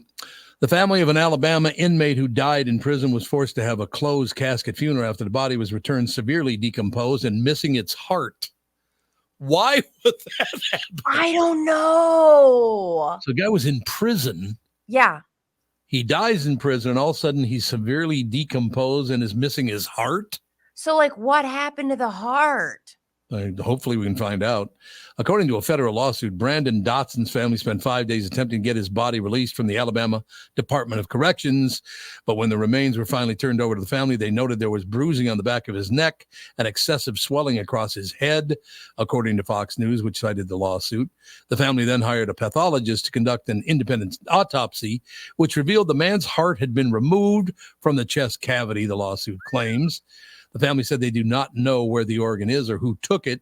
They also do not know exactly what caused Dotson's death. Well, the prison doesn't know what killed him? Yeah, that's give me like, ick feeling. What I don't like that there's no accountability here. That's super creepy. Why would you take someone's heart out? Oh, and I knew it. Gotta know. I knew it. I looked at the picture. I knew it just had to be a white guy. Oh, because they're heartless. They're heartless. Yes, that's exactly what I meant, because they're heartless. The Alabama Department of Corrections performed an autopsy on Dotson and removed the heart, thereby concealing the true cause of death. The law claims by taking this action, defendants intentionally or recklessly destroyed or altered key evidence that deprived plaintiff of the ability to determine how the deceased died through an independent autopsy. So they cut his heart out because it would have shown how he died. He's obviously like beaten to death It sounds like anyway, doesn't it? It sounds like, well, okay, I will say this. There has to be a market for either research or donation that somebody is tapping into, because there's no other reason you would take someone's heart out. Well, it did say when they took the heart out, by removing the heart, they concealed the true cause of death. But why would that be? Yeah, and why would they care if they hid the fact that he had a heart attack? That would be, their hands would be free of anything if there was some sort of heart issue. Yeah, that's a weird. I will tell you one thing, though. I'm looking at his picture right now. He's a handsome young devil, I'll tell you that. I bet you that family paid a pretty penny, because I can't imagine it's cheap to get like your own autopsy. I would imagine that's true. Looking at this guy's picture, and again, this is a judgment thing, but he does not look like a guy who would commit a crime. Not at all. He was in for burglary, it says. He was serving 99 years for burglary. Whoa. 99 years for burglary? I have a feeling this is not his first time offend. Like, what? How do you? Or it might have been like an armed robbery type situation, potentially. Oh, yeah. Sounds like somebody had a bad lawyer. He does not look like a criminal at all. He looks like somebody's cute kid. Oh, that makes me sad. Yeah, what are you going to do? The family is seeking the return of Dotson's heart so it can be examined by an independent pathologist. At this time, we do not know where the heart is. That's bullshit. That prison knows exactly where his heart is. Yeah, there's something going on, and I would implore that this has been happening for a while if you casually do this. Yeah. So he had bruises on his head, his face, his neck. His heart's been taken out. I mean, somebody beat him to death, it sounds like to me, right? Yeah. Yeah.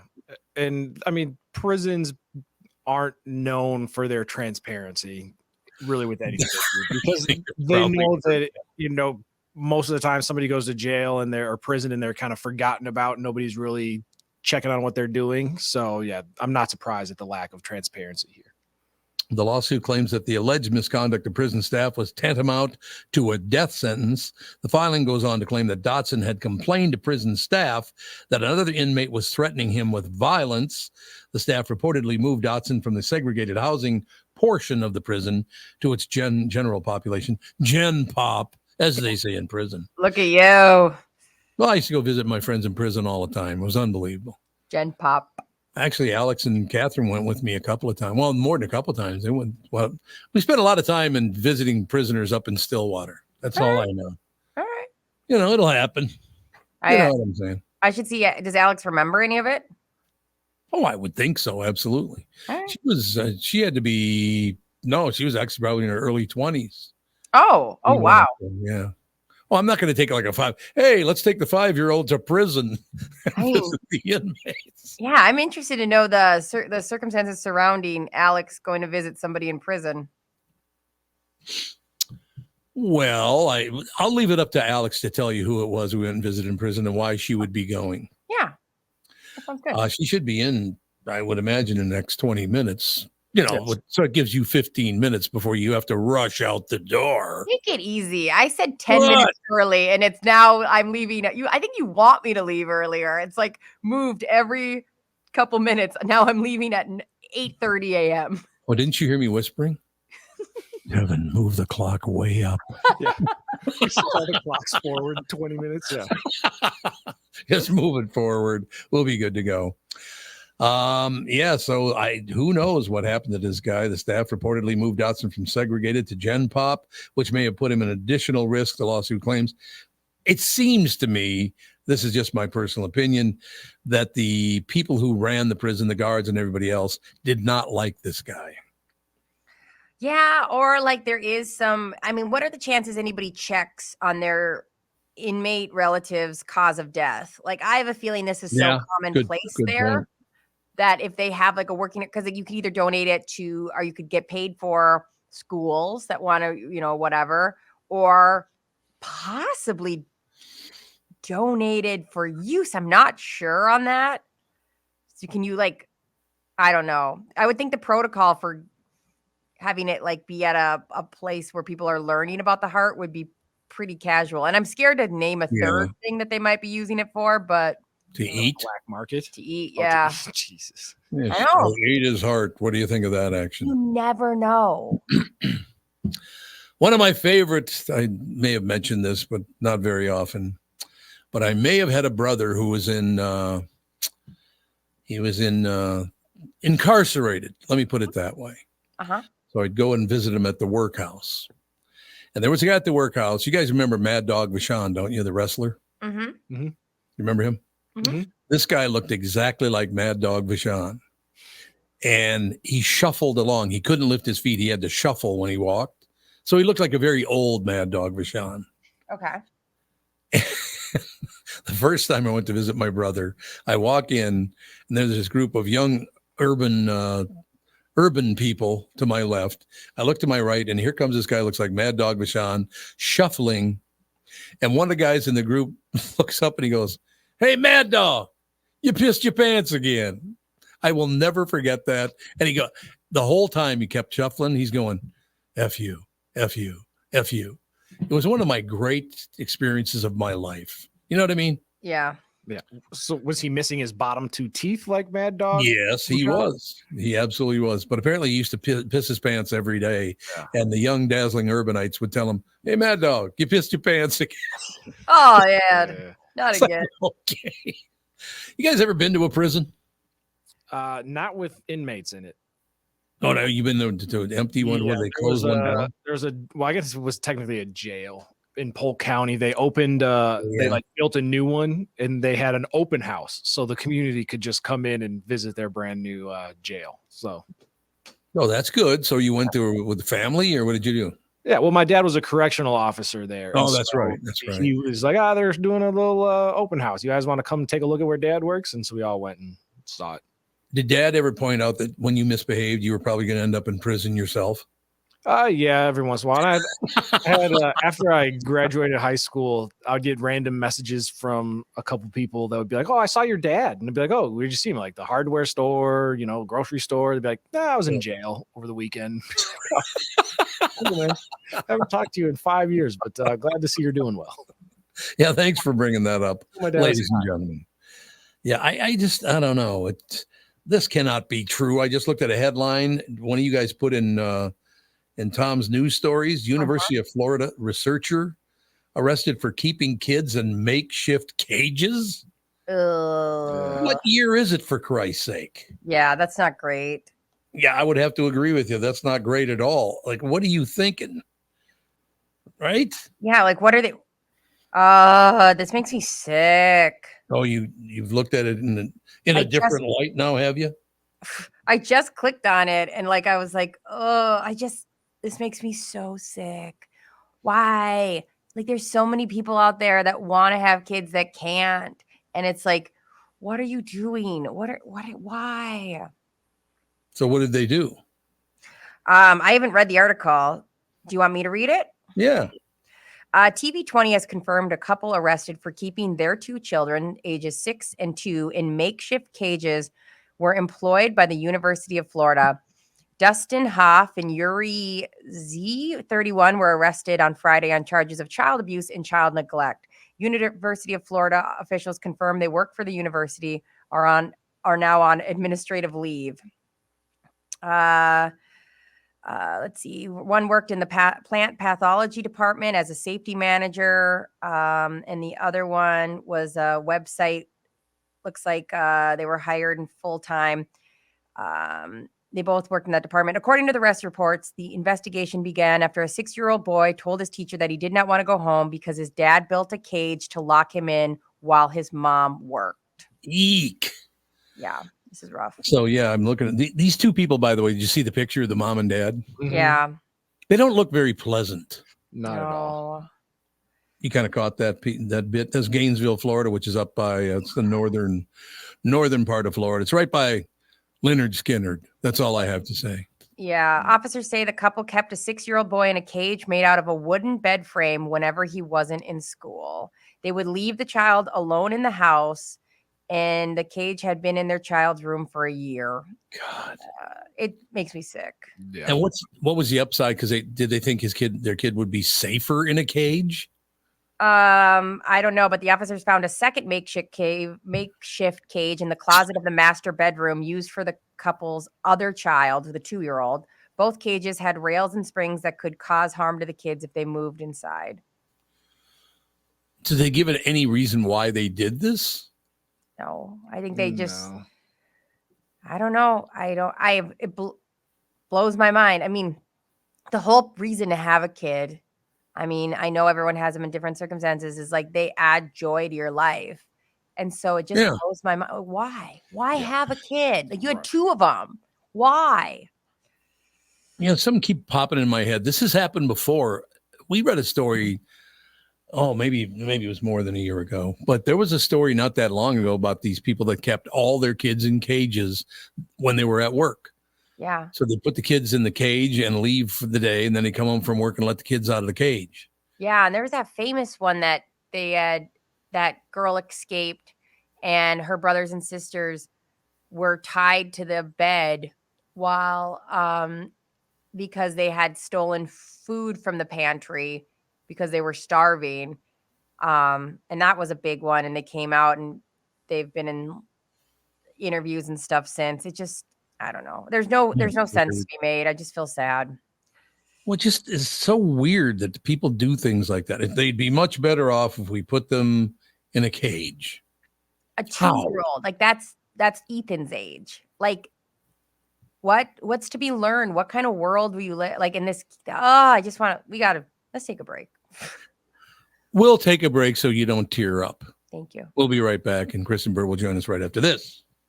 This is the Tom Barnard Show. Listen live on the Tom Barnard Show app or at tombernardshow.com. Hello, I'm Brad Huckle, President and Chief Lending Officer at North American Banking Company. And I'm Michael Bilski, CEO at North American Banking Company. As a locally owned and operated community bank, we work with many multi-generational businesses. Take Personal Care Dentistry of Roseville, for example. Dr. Walter Hunt, also known as Painless to me, has been a longtime customer of the bank since we opened the bank in 1998. When his son Kyle was ready to join the practice, they wanted to expand quickly. With their additional space and equipment, they now are able to see more patients each day while providing the same level of care and service. Okay, guys, I'll take it from here. If you run a family business or any kind of business for that matter, you should be banking with Brad and Mike over at North American Banking Company. Every time I deal with them or their team, I know I'm working with experienced professional bankers. So why not bank with my banker? North American Banking Company, a better banking experience, member FDIC, equal housing lender. Before you head back to one of the big box stores for your hunting and shooting needs this season, do yourself a favor and visit my choice, K&L Surplus and Ammo in Lino Lakes. Not only does K&L have one of the widest selections of firearms and ammo in the Twin Cities, they also do business the right way. They want to make sure that you have the right firearm and the right ammo for your needs. Jim, the owner, has over 25 years of experience in the business and will help you find what you need at a fair price. Speaking of prices, a lot of stores are using inflation and supply shortages as an excuse to raise prices on ammunition. Not K&L. Jim's doing everything to hold the line on pricing so you can spend more time on the range. Find out for yourself why K&L Surplus and Ammo has been the choice of gun owners for over 25 years. Go in and chat with Jim in person at the store on Lake Drive in Lino Lakes or online at klgunstore.com.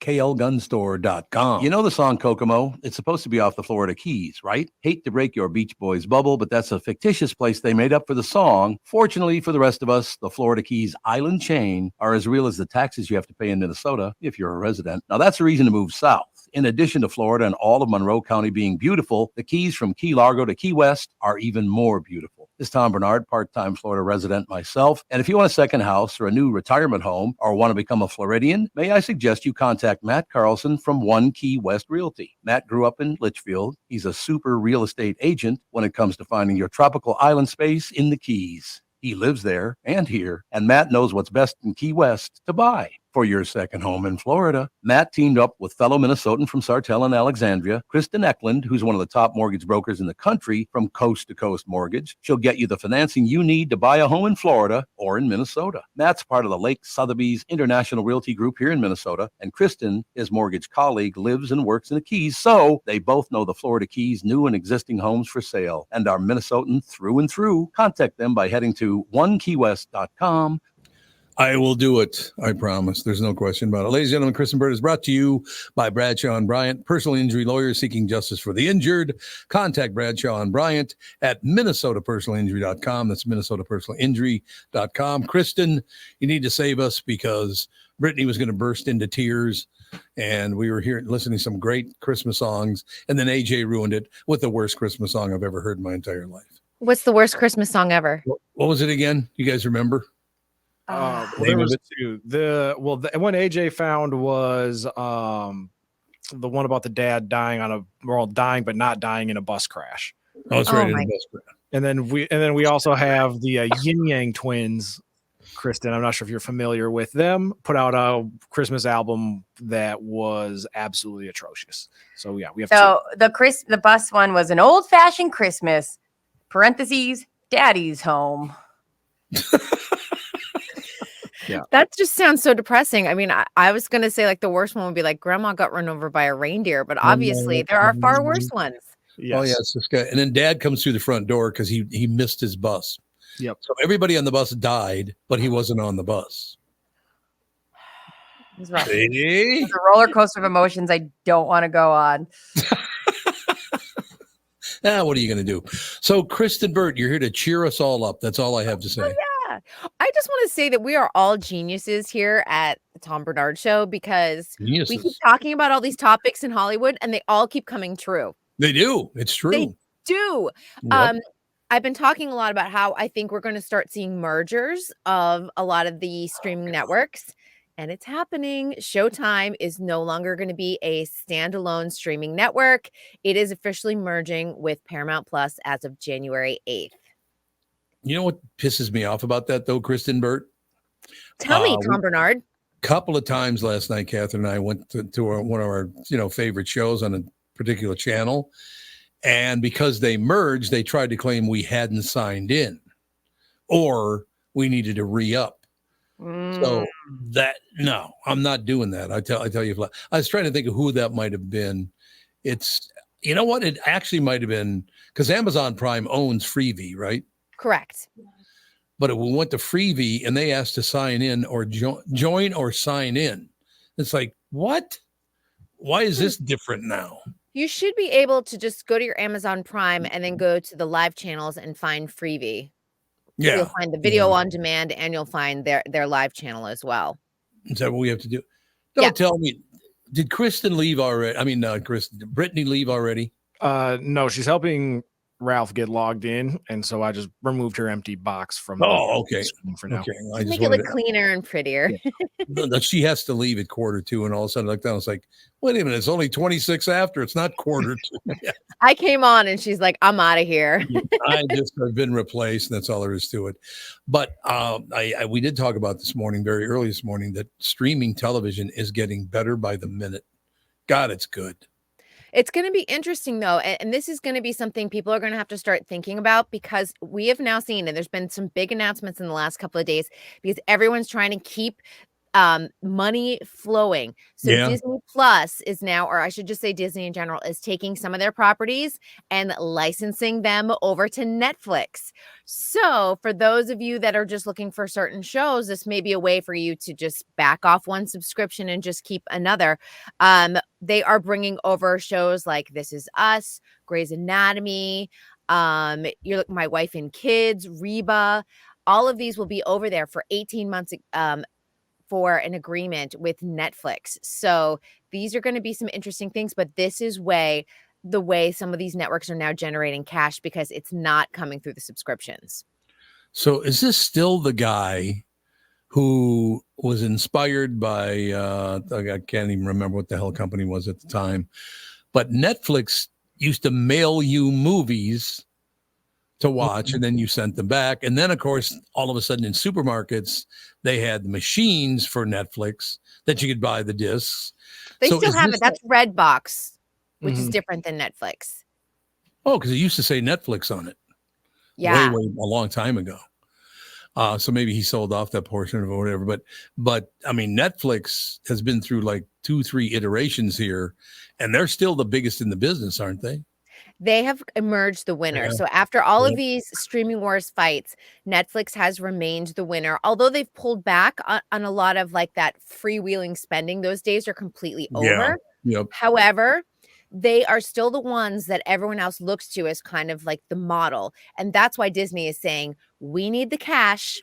We've got some great, ABC properties. We're going to give them to you and license them to you for 18 months so you can watch them exclusively on Netflix. And that's kind of a big deal. We also just saw DC take a lot of their movies. They are licensing them to Tubi. So there are going to be a lot of options that may be a lower cost for a lot of people, because I know people are really starting to take a look and go, why am I spending $200 a month on all these streaming services? Right. A lot of the shows that you do want, maybe you want them on Disney. Well, they're going to wind up on Netflix, and maybe you just need to cancel one of them because you're going to have it all in that one hub. Tubi obviously is free. If you're a big DC fan, this is an opportunity to see all of those movies for free. And who owns Tubi again? Tubi is Fox. It is Fox. Okay. Also under Disney. Which is also under Disney, exactly. Which is also under Disney. Yep. My God, Disney owns a lot of stuff we don't know about, don't they? They do. It's complicated because people get very confused thinking that Fox News and Fox Entertainment are the same thing. They are no longer the same thing. Fox Entertainment is owned by Disney. Fox News is its own separate entity. So it's really confusing. No doubt about it. It is very, very confusing. There's no question about that.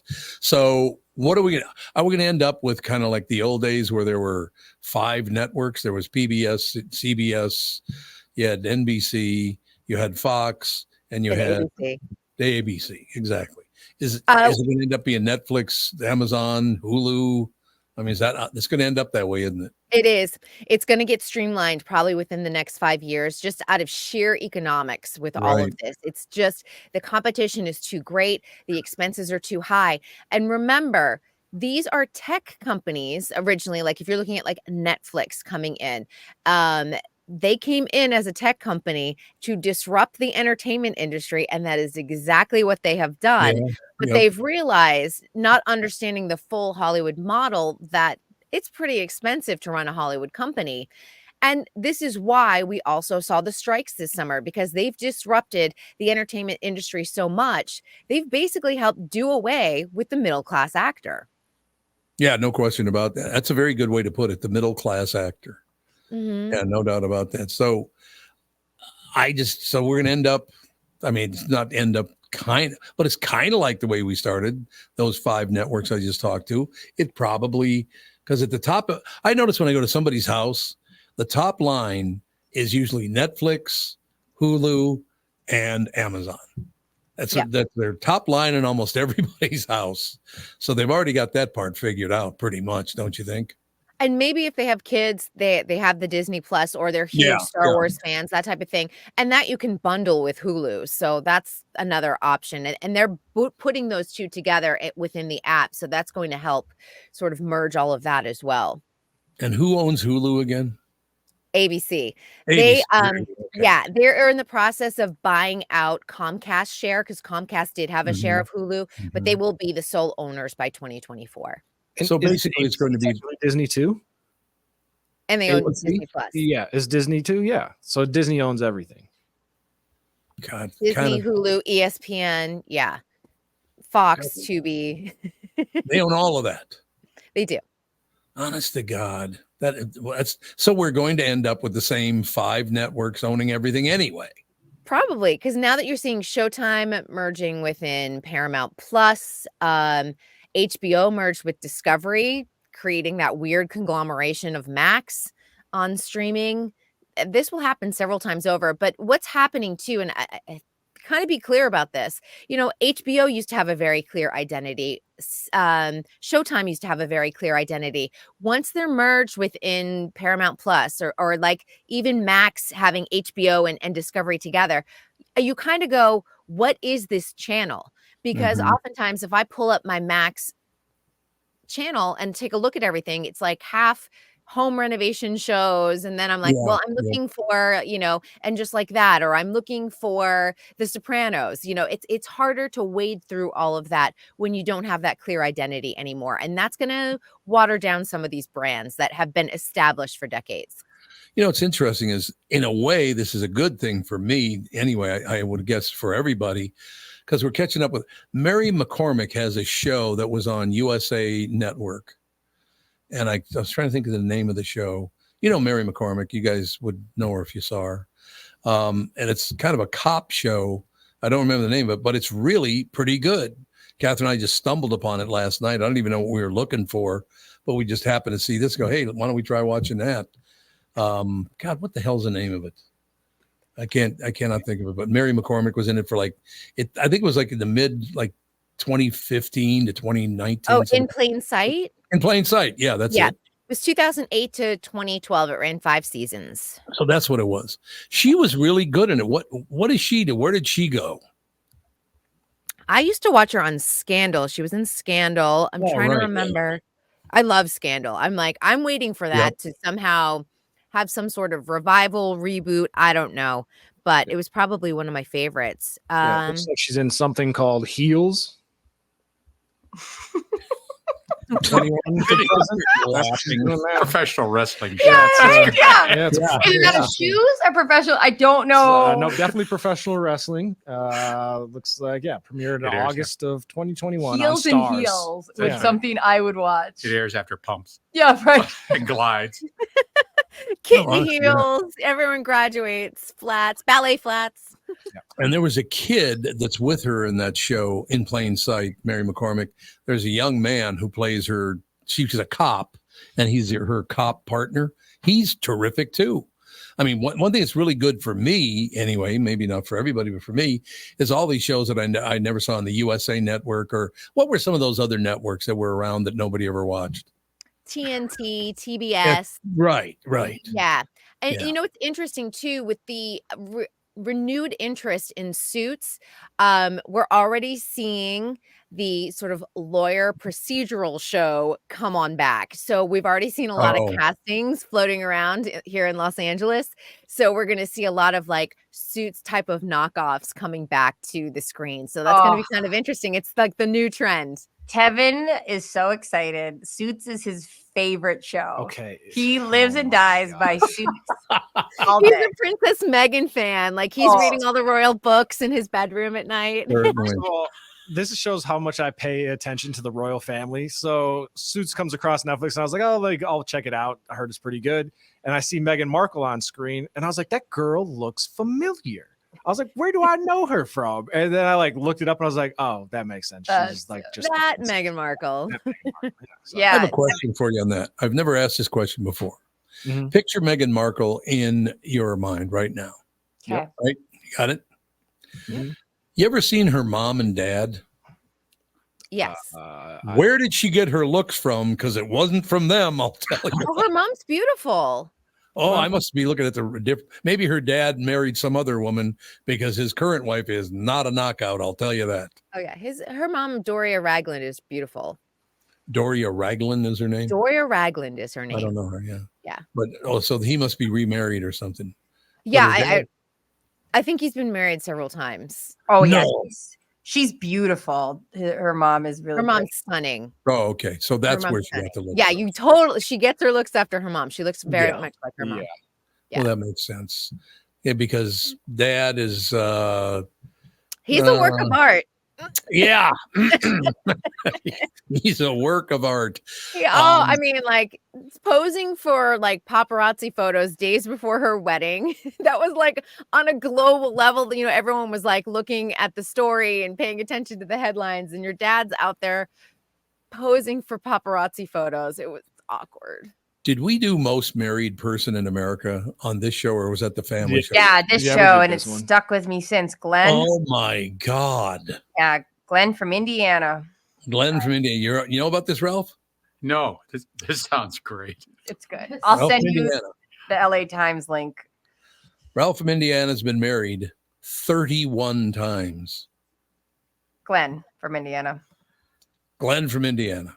31 times. That is a lot of alimony. Right.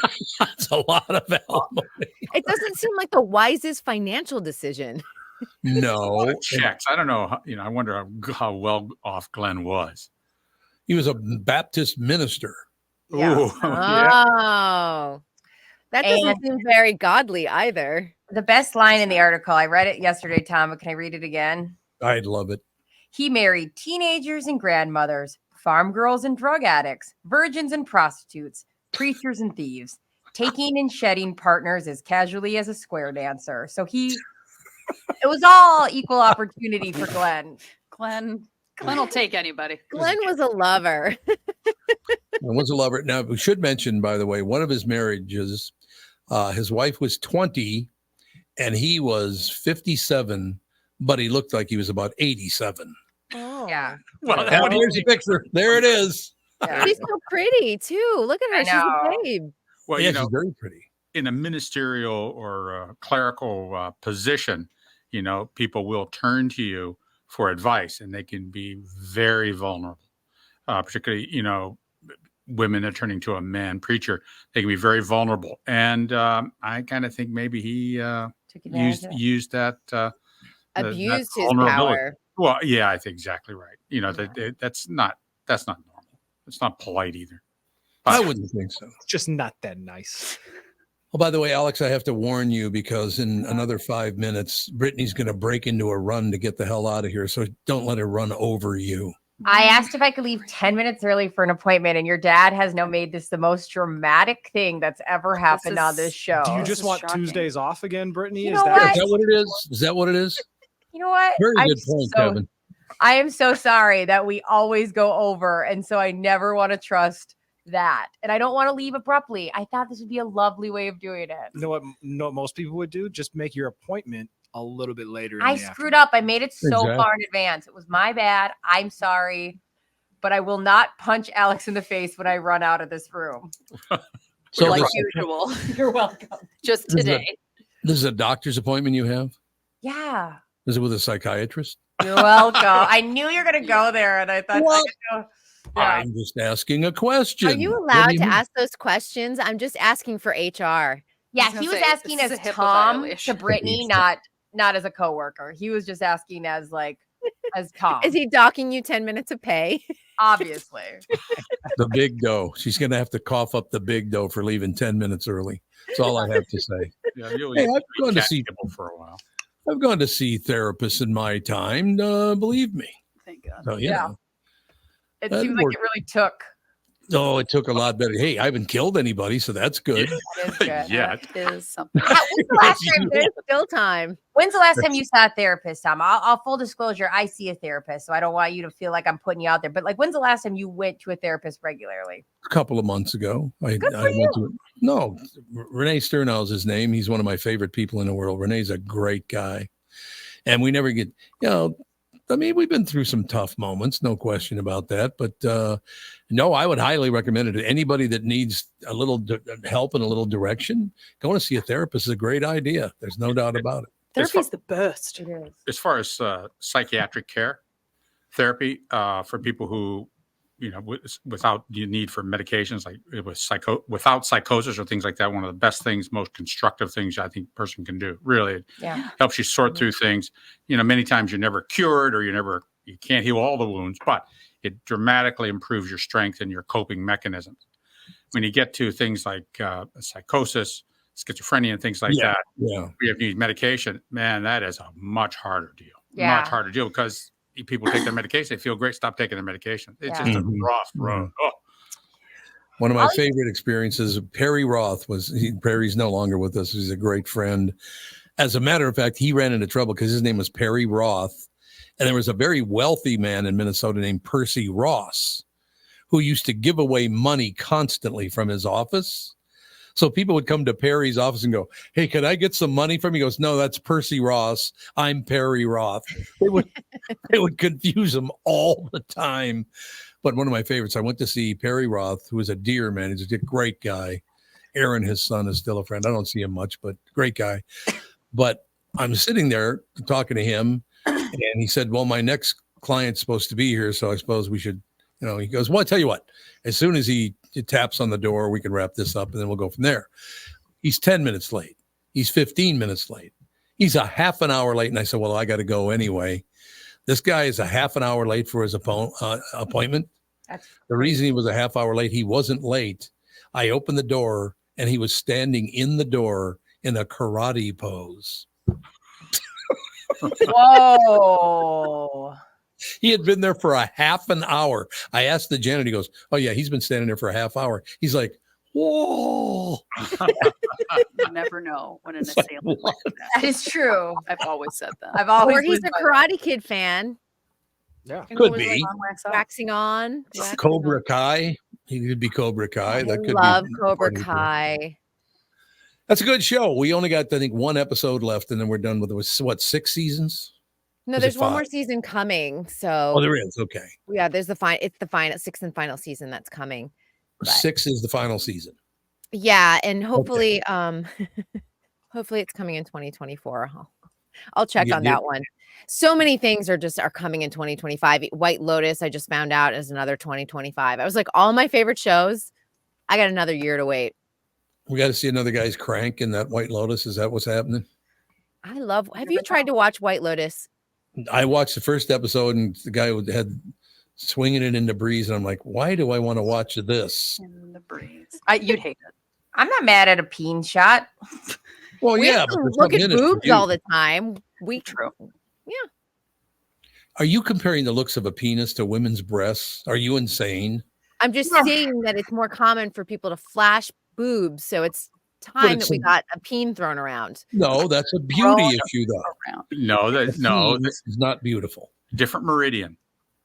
Meridian. It's above the belly button, below the belly button. 2 different things. You see plenty of guys with their shirts off. These well-built guys. Same as a woman with you see butts all the time. Okay, so in that realm, are you free the nip? Yeah. Free the nip. Yeah, which I see you falling big into movement. Hashtag free the nip. Well, if you want to. I mean, yeah, but also you seem like a pretty. The thing about it is that when anytime a person exposes themselves in some way, it's going to have effect on other people. It's going to draw attention. Yeah.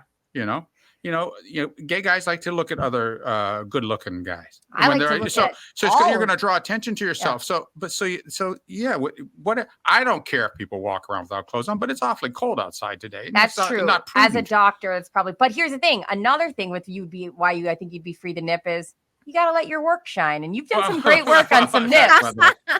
And you should have them framed, have them out there walking around. Yeah, well, that's there's a time and a place. Jennifer Aniston, every season of Friends, she was nipping every single episode. You gotta free that nip. Yeah. So How have you not noticed that? It is like free the nip. Free the nip is the concept that women are in a lot of places. It's illegal for women to show boobs, but men can show their boobs, and it's just the idea of men don't have boobs. No, some of the men I hang out with or been around definitely fat bastards. Is that what you're saying? Yeah, there are definitely man boobs. It's free the nip. It's just kind of the idea that if you wanna, I don't think most women would, but just the option that if it's not something written in law that you can't. Well, women will wear tights that show every bit of anatomy that they have, yet will be uncomfortable not wearing a bra. See, so there's a little bit of inconsistency. If we want to show stuff, well, knock you. So you're doing it already. So show whatever you want. It's 21st century. Who cares? I rock braless a lot, but I don't think I'm working with something that's gonna there's no boob slippage. But also, you're not going to go Prices Right on us. No, it's just not going to happen. But also, men wear those tight stuff too, the tights and stuff. I'm for it all. I don't care. Everybody, just show your stuff. Why not? Whatever. We know what's underneath there. And that's the thing. It's it's kind of like if you've seen one, you've seen them all. Boobs. There's small, big, whatever. It's just a boob. But men respond, in odd ways. Well, that's how the whole free the nip thing is why am I responsible? Sexualized why am I responsible for somebody's reaction? That's like me wearing blue or red, and then I went near a bull, and now I'm attacked by a bull. You're welcome to that, but if someone says something, then they're responsible. People are responsible for their words, Ralph. I know they're responsible for their words, but your reaction. You said, "Well, I shouldn't be responsible for how you react, so you shouldn't be responsible for how they react." So if they react, then you should give them the freedom to react however they want. But that's not the same. Giving somebody a pass at what they say is different. But we're giving you a pass to what you do. But what are you saying by being uncovered? Your triggers are not my problem. That's right. So if I'm triggered and I say something, they shouldn't be your problem. It shouldn't be my problem. That's right. So you shouldn't. I shouldn't have No, that's not how it works. I shouldn't have accountability of what you're saying. Now, if you're offended, no, you're not accountable. I mean, I have to deal with it. Well, no, you don't have to deal with it because you said I'm going to do this, and I really don't care what anybody else thinks. Yeah. But if someone else does something that if someone says something because you've done X, well, then you shouldn't be offended. But that's like saying that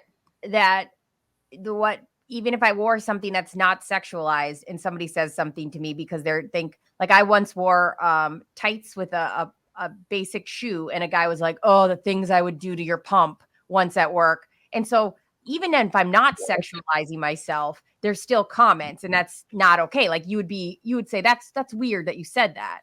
So like it kind of doesn't matter what is triggering that person. They're still accountable for their words and their actions. Mm-hmm. I mean, otherwise you'd say keep your thoughts to yourself is really like you don't need to say the things that are in your head. Okay. Yeah.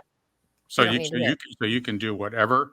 I never said I can do whatever. No, I'm saying so. Not you. I shouldn't say you. No, I didn't. A person can wear whatever they want or not, or less than that. And then anybody else that's around that reacts to that shouldn't say anything. No, I think that there should be accountability across the board. So like if you say something that then offends me, then I can say something back. I can say I don't like that. Yeah, sure. So then I don't understand. Like there's no excusing. You still have to be accountable for your words. If I trigger you, it's not my problem. Okay. If you trigger, so that's a broad stroke when you talk about triggering people. I mean, that's just you get into a lot of like. We trigger people. Yeah. We walk around triggering people. And as an adult, I know like if you came in here and you were wearing a color that reminds me of my dead mother, I can't scream at you. That violet color reminds me of, but I'm just saying that like, if that's my trigger, I could even vocalize like, hey, I'm having a hard time. So if you came in and said, hey, can you put on this jacket? Because the color you're wearing is making me really sad. You can choose to or not. Okay. But like, I wouldn't say that's on you to change what you're doing because I'm triggered. So if a woman's top's off and I say, would you please cover yourself up because it's bothering me? Yeah, then it's her option to do that or not for you. But if she doesn't, then that's okay. Just like if you didn't put on that coat, like it's kind of easier to imagine it. I would think with something a little more basic is like, if you decide, no, Brittany, I love this color. I love lavender and I don't want to do that for you. I'd say, all right.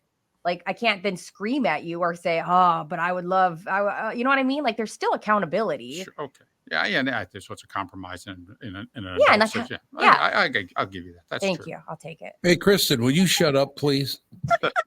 What the hell will you guys do? Kristyn's on, and you guys took over the whole segment. I was interesting. I was going across the table just like you were at dinner that one time. I was going to come across the table at her.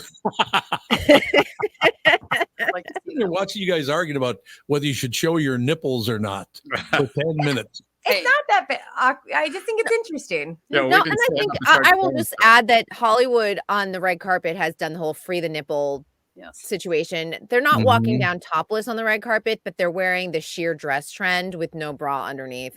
People are embracing it. Nobody cares. Yeah. Except a few random men on the internet. Right. Nobody cares except for Brittany and Ralph. Yeah, these two. Free your nipple. Bras are uncomfortable. You shouldn't have worn one after the pandemic anyway. That's my thought. There's an episode of Johnny Carson Tonight Show with Doris Day. And Doris Day was always presented as the prim and proper girl next door.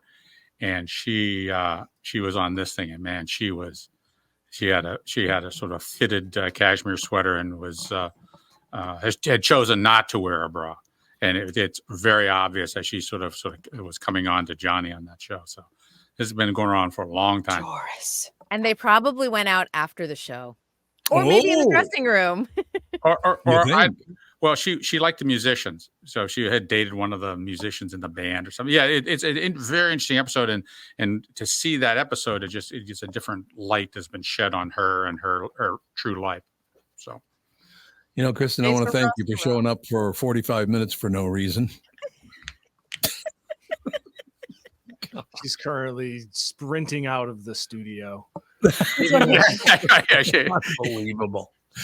All right, Kristyn, thank you so much. A brilliant report, I thought. Thank you so much. I'll see you tomorrow. It's number one. Tomorrow. Kristyn Bird brought to you by Bradshaw and Bryant Personal Injury Lawyers. Bradshaw and Bryant at MinnesotaPersonalInjury.com. And who doesn't love Kristyn Bird? That's all I'm saying. We shall take a break. Be right back. Wrap things up right after this. This is the Tom Barnard Show. Listen live at TomBarnardShow.com or on the Tom Barnard Show app. You need to know a guy for your auto repairs, legal issues, banking, and more. The same goes for investment advice. You need a guy to help you be successful, someone you can trust who gets results. Well, I got a guy for you, Josh Arnold. Josh gives you straight talk, not sugar-coated advice about your financial situation. Josh has seen it all when it comes to economic and market conditions, and Josh can make sure that your retirement objectives match your investments. Do yourself a favor and call Josh now for a no-obligation 48-minute evaluation. You've got nothing to lose, and you'll get a different point of view for your investments. Call Josh at 952-925-5608. That is 952-925-5608. You'll be glad that you did, and tell him his guy, Tom, sent you. Investment services offered by Josh Arnold Investment Consultant, LLC, a security investment advisor. Past performance is no guarantee of future results. All investments involve risk. All comments and opinions are Josh Arnold's and do not constitute investment advice. Tom Barnard is a paid endorser. Is that text you're sending so important that you missed your turn? Is that text you're sending so important that you ran the red light? Is that text you're sending so important you didn't see the ball coming onto the road or the child that followed? Hi, I'm Mike Bryant from Bradshaw and Bryant. When you take your eyes off the road for even 4 seconds, your vehicle travels 100 yards. That's the entire length of a football field. If you absolutely have to text, you need to pull off the road somewhere safe and do it from there. Texting and driving is against the law and can cause serious injury or even death to you and others. Now that is important.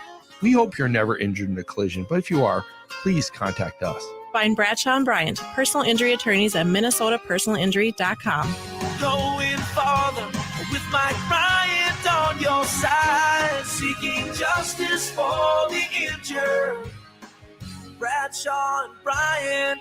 Tom here, and I want to discuss a partnership that has been wonderful in my life, Zero Res Carpet Care. Very good friends of mine. Nothing is better to someone with a family than having a completely clean home. Your carpet is the biggest filter in your house. If you want to talk about pet dander or foot traffic, dirt from the outside, they all eventually reside in your carpet. So, Zero Res Carpet Care. Listen, around the holidays, you need to contact ZeroResMinnesota.com or call 952-ZEROREZ. That's 952-ZERO-RES. They clean your home with their electrolyzed pH-elevated water that doesn't use chemicals or soaps that smell like a janitor's closet like other cleaning services. How about a Tom Barnard deal? Well, here it is. Get 3 rooms, 0 resified, starting at $129, and don't forget your air ducts. Mention me, and they'll discount your air vents by $75 too. This is for the entire month, so call them right now, 952-0-RES, backward or forwarded, spells the same, or book online, ZeroResMinnesota.com. If it's available, ask for them to come to your place in the Tom Barnard named service truck. What an honor that was, by the way. Just mention me by name and get the special deal to get your home clean and your heart happy.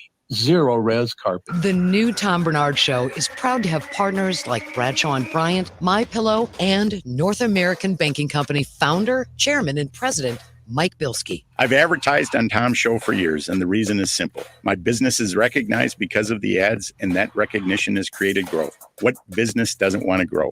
I highly recommend the Tom Barnard Morning Show for your advertising. Grow results for your business by partnering with the Tom Barnard Show. Visit TomBarnardShow.com, keyword partner. What a world we live in right now. I got to be honest with you. I was just looking through, checking my messages, see all the rest of it, Hotmail, Gmail, all that stuff. Yep. There were 47 messages. All 47 were trying to sell me something. Well, yeah. Yeah, 'tis the season. I was just gonna say, it's that time of year. Everybody's buying stuff. Yeah, I know it's great, but couldn't I get one like, "Hey, Tom, how's it been going?" That kind of deal. I'll email you right now and ask you how things. There are you go. Okay, There you go. then you'll be okay. No question about it. But I do get tired of erasing people who want me to hear Tom. And here's the one I really love. Hey, we're a delivery service. Put the trademark up there, and we're a delivery service.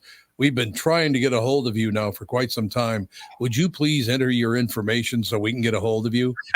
Dad, here's what you need to do. Don't delete anything until I come down to Florida. Then I will go through all of your email and I will unsubscribe. I will block. I will do everything I can to minimize. So you can block it because what they do is as soon as someone sells off because people do sell your Gmail or Hotmail address. Yes. Like, they sell that. And then all these companies use that to try to entice you into buying their fine products. What you need to do is get a Gmail account that is, like fake at gmail.com or whatever, that anytime you purchase something, you just put that email in and you don't even log on. You just let it sit there, because then now they'll just send them all to that rather than the one you actually use. Yeah. My email that I made when I was 12 years old is what I don't even know the password anymore, but that's what I give to everything that asks me for my email. I'm like, here it is. And I probably have 8 trillion emails in there. And I don't know how to look. That's smart. Yeah. That is, so you don't just dump them. They're still in there. Yeah, it's just a trashy. I can't even log into it. Or I don't know if you have an arch enemy, Tom, but like maybe like Howard Stern, like find his show email and just put that in for every time you buy something from Amazon or something. Put in his email address. I like that. A couple of good things here to close out the show, ladies and gentlemen. A warehouse filled with donated Christmas toys got destroyed by a tornado near Nashville on Saturday. The roof and walls are basically gone, but somehow most of the gifts survived it. So the walls are gone, but the gifts are okay. Interesting. There must be a God. Amazing. The charity behind the toy drive called it a Christmas miracle. Number 2, the Arizona Daily Star newspaper had been doing something fun for the holidays. One page of each issue is free wrapping paper. They're doing it every day this week. And it is they did it last week too. Each day has a different design done by a local artist in the Tucson. So so you get free wrapping paper because of the newspaper. That's nice. That is nice. Very nice. A very nice community effort. Very, very nice. And then finally, a guy in Kansas named Michael Russell is channeling his inner Clark Griswold again by decorating his home with over 100,000 Christmas lights. Oh, man. You must not be able to see 1 inch of the actual house. It has to all be lit up. Yep. Probably. I would imagine. I'd like to see that. By the way, 100,000 Christmas lights is 4 times what Clark puts up in Christmas Vacation. So remember that scene. Now picture it 4 times more than that. I mean, every square inch of that house had to be covered with a light. It has to. There's got to be pictures. Do you guys know any local neighborhoods that are well known for their Christmas light displays? Like I know Brooklyn Park now, they have a big thing where they're trying to encourage everybody to be a part of their festival. But I remember when growing up, there was one house that was on like the main street that every year put up this elaborate Christmas display. And those houses are the best to drive by. Joe Souchere once sent me 2 pictures. A house like you're describing that just decorated. I mean, the roof was decorated, the walls, the windows. I mean, it was just beautiful. Statues in the front yard. I mean, top to bottom, the yard, the house, everything beautifully decorated. And Souchere sent me the picture because his next door neighbor in Christmas lights put up an arrow pointing at the other house and said, ditto. That's pretty cool. Okay, I'm going to click the photo. Michael's been doing it for 15 years, says it takes 3 months to set it all up. People in his community call it the Griswold House. He expects 8,000 visitors this month. So I'm clicking on the photo. I have not seen it yet. The entire house is covered with lights. I don't know if you guys can see this or not. Oh my gosh. Oh, okay. You see that? Yeah. There's too much lights. Oh, but can you see it without the yeah. Kind of there, you can see it right there. Get an idea. That's rather interesting. I mean, this house is top to bottom Christmas lights. The amount of money that people spend on the lights, because then you'll get you can get the where you sync it to music that plays, and you got it's just astonishing the amount of money people spend on it. But more power to you. I love it. Yeah, I do love Christmas, man. I got to be honest with you. It's definitely one of, if not the most important holiday to me. I mean, people's birthdays are great and all the rest of it, but as far as a community effort, don't you think it should be? And it isn't always that way and all the rest of it. You know, I mean, Hanukkah is very important going on right now. What are we on, day 6 or 7 of Hanukkah? Something like that. I think it started last Thursday. Yeah, something like that. So we're still in the early stages of it. I'm pretty sure it started last Thursday. Last Thursday, so Thursday, Friday, Saturday, Sunday, Monday, too. So 6. So yeah, we got 2 more days to go. That's exactly right. All right. So in any case, we'll take a break. All of us are coming back for the family show, right? Yep. Andy's out today, but Turtle Dove will be here, won't she? I would think. Hope so. You never know with that one. You never know with that one. That's a good way to put it. She's a wild card. All right. We'll be back in just a few minutes. We'll kick off the family show right after this.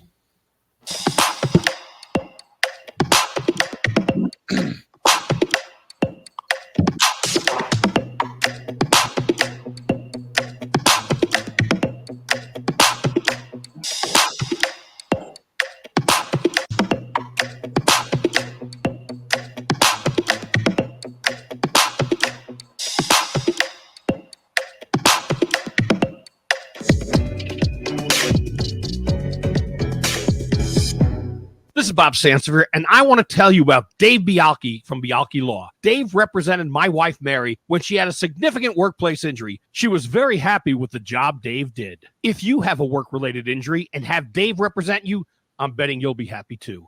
Dave is a down-to-earth guy. He grew up in northern Minnesota, rides a Harley, and worked various jobs doing concrete, electrical, plumbing, roofing, and carpentry work. Dave works for people with work-related injuries. If you work construction, or anywhere for that matter, and you're hurt or even just hurting, you should talk to Dave. Let's face it, our bodies wear out. If your body is worn out from work, if your knees or back or shoulders hurt from things you do at work, do what Mary did. Call Dave and talk to him about it at Bialke Law to set up a free initial consultation. The number to call is 763-571-2410. That's 763-571-2410. Or visit bialkelaw.com. That's BIALKE law.com. I'm so happy to welcome back our longtime friend, Sabre Plumbing, Heating, and Air Conditioning, to the show. I've known Steve, the owner, for many years, and I completely trust Sabre to keep my house comfortable. Why? Sabre does everything the right way, and they always put the customer first. I love the team at Sabre because their service experts are experienced NATE certified technicians, not salespeople. Their pricing is completely upfront, and they fix only what needs to be fixed, nothing more. Sabre is dedicated to giving customers what they need, when they need it, at the fair price, keeping your family safe and comfortable without breaking the bank. Give Sabre Heating and Air Conditioning a try. I know they'll take care of you just like they've taken care of me and my family. Whether you need a new Bryant furnace or air conditioner replaced, or just simply need a service call to get you going again, go to saberheating.com. That's SABRE heating.com. Sabre and Bryant. Whatever it takes. Guys, if you want to reignite your intimacy once and for all, listen, just give Twin Cities Premier Health a call for a discreet and confidential in-office evaluation by their highly trained staff of medical professionals. Acoustic wave therapy sessions are 25 to 30-minute treatments with no pain, no downtime afterward. And right now, Twin Cities Premier Health is offering a free treatment and a free consultation when you book today. Receive this $800 value when you use code word TOM at TwinCitiesPremierHealth.com. You may know that age-related erectile dysfunction is most commonly caused by a buildup of plaque in the arteries that supply blood to the erectile tissue. Acoustic wave therapy can rescue your relationship and has been clinically proven to break up plaque. Definitely take advantage of this limited time special offer. Receive a free treatment and a free consultation when you book today. This is a savings of $800 when you use code word TOM at TwinCitiesPremierHealth.com. Be sure to use promo code TOM so we get credit for sending you. I wouldn't recommend a service like this unless I knew they could help you. TwinCitiesPremierHealth.com. Hello, I'm Brad Huckle, President and Chief Lending Officer at North American Banking Company. And I'm Michael Bilski, CEO at North American Banking Company. As a locally owned and operated community bank, we work with many multi-generational businesses. Take Personal Care Dentistry of Roseville, for example.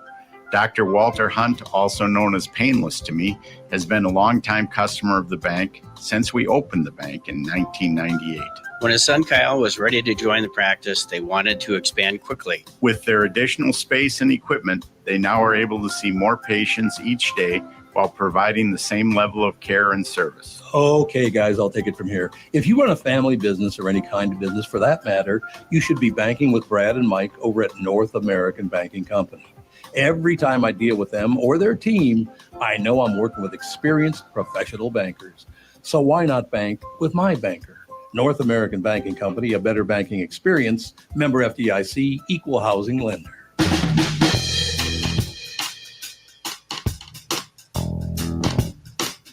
We're back.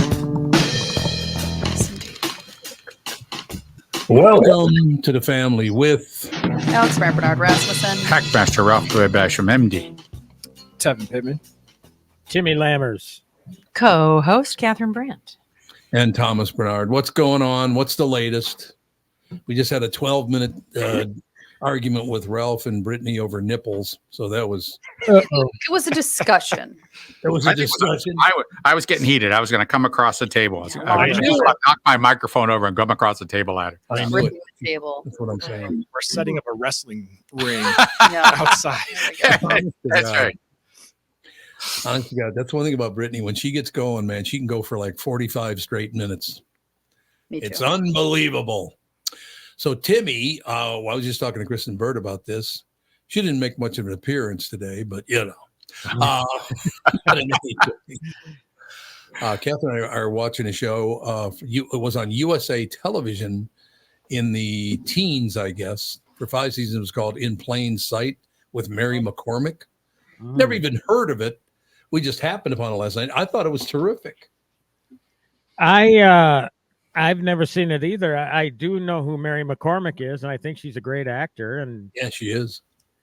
So what do you think, Catherine? You like it? Yeah, it's good. It's a good show. It's about the witness protection program people. Oh, yeah, it's a cop show. Yeah, that sounds interesting. It's very dramatic and funny at the same time, which is very unusual. And her partner, the young guy, is really good too. Her cop partner.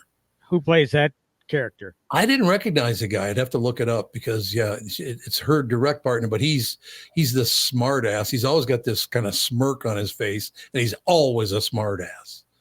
He's really good at it. Gotta love a smart ass. I would think so.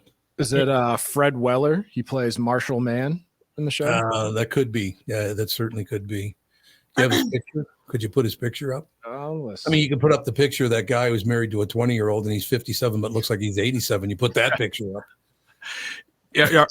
As the show progresses, do the two lead characters, man and woman, end up in a relationship? I don't know. We've only seen one episode. We watched the first episode. It was really good. Ralph, you at least say spoiler. You know? Well, that's the common trope, if you will. That's what they do. They don't like each other, and it's just like a Hallmark movie as it moves through as they progress through the series. Or if the ratings are failing, they'll probably throw that in there. Yeah. Remember all those years where everybody wanted to see Mulder and Scully get it on? Yes. Oh God, yes. I mean, it's like people just can't allow them just to be partners. You know, they have to have more. I want to congratulate my wife on something. She did a great job. I don't know what the hell it was, but she had some kind of hair treatment. You got it all out, it looks like. No, it's still in there. It is? Yeah, up here. What happened to your hair? I bought some Kiehl's. It's a Kiehl's product for itchy heads. I have an itchy head. Lovely. Perfect. And I've always used some sort of serum or something, but this stuff is getting to be, I used this Kerastase stuff. It was like $55 for a little bottle of the stuff that I've been using forever. Everything has gotten to be so stupid.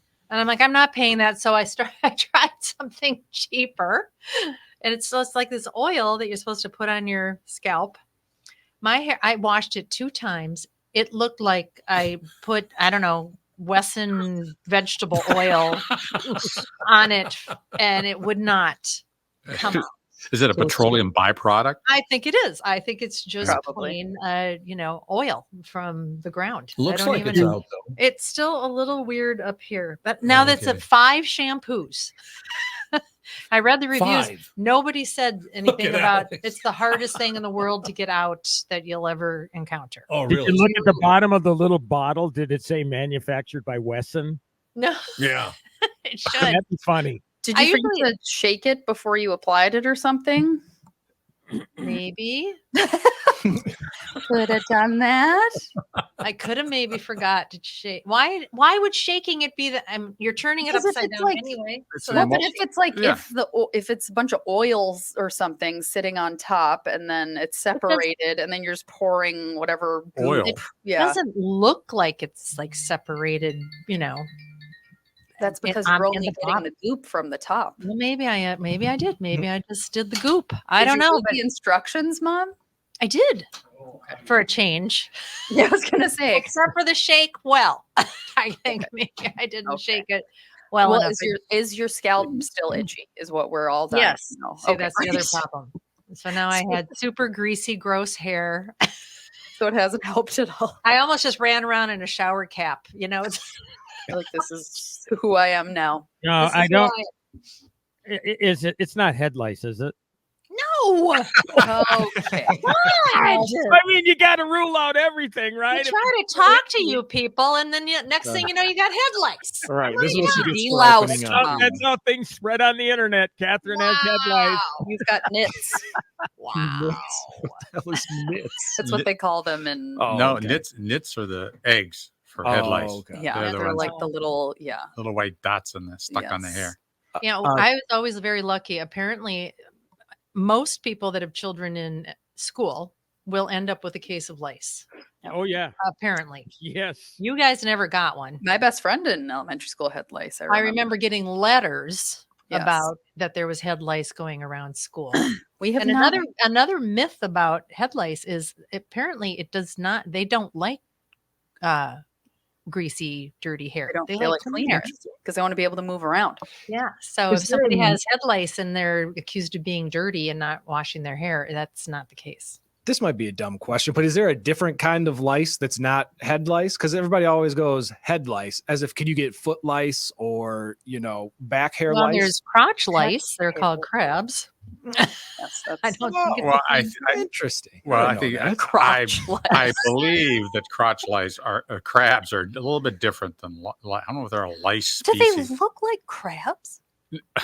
I wouldn't Google search I that. was. But isn't it basically the same kind of deal?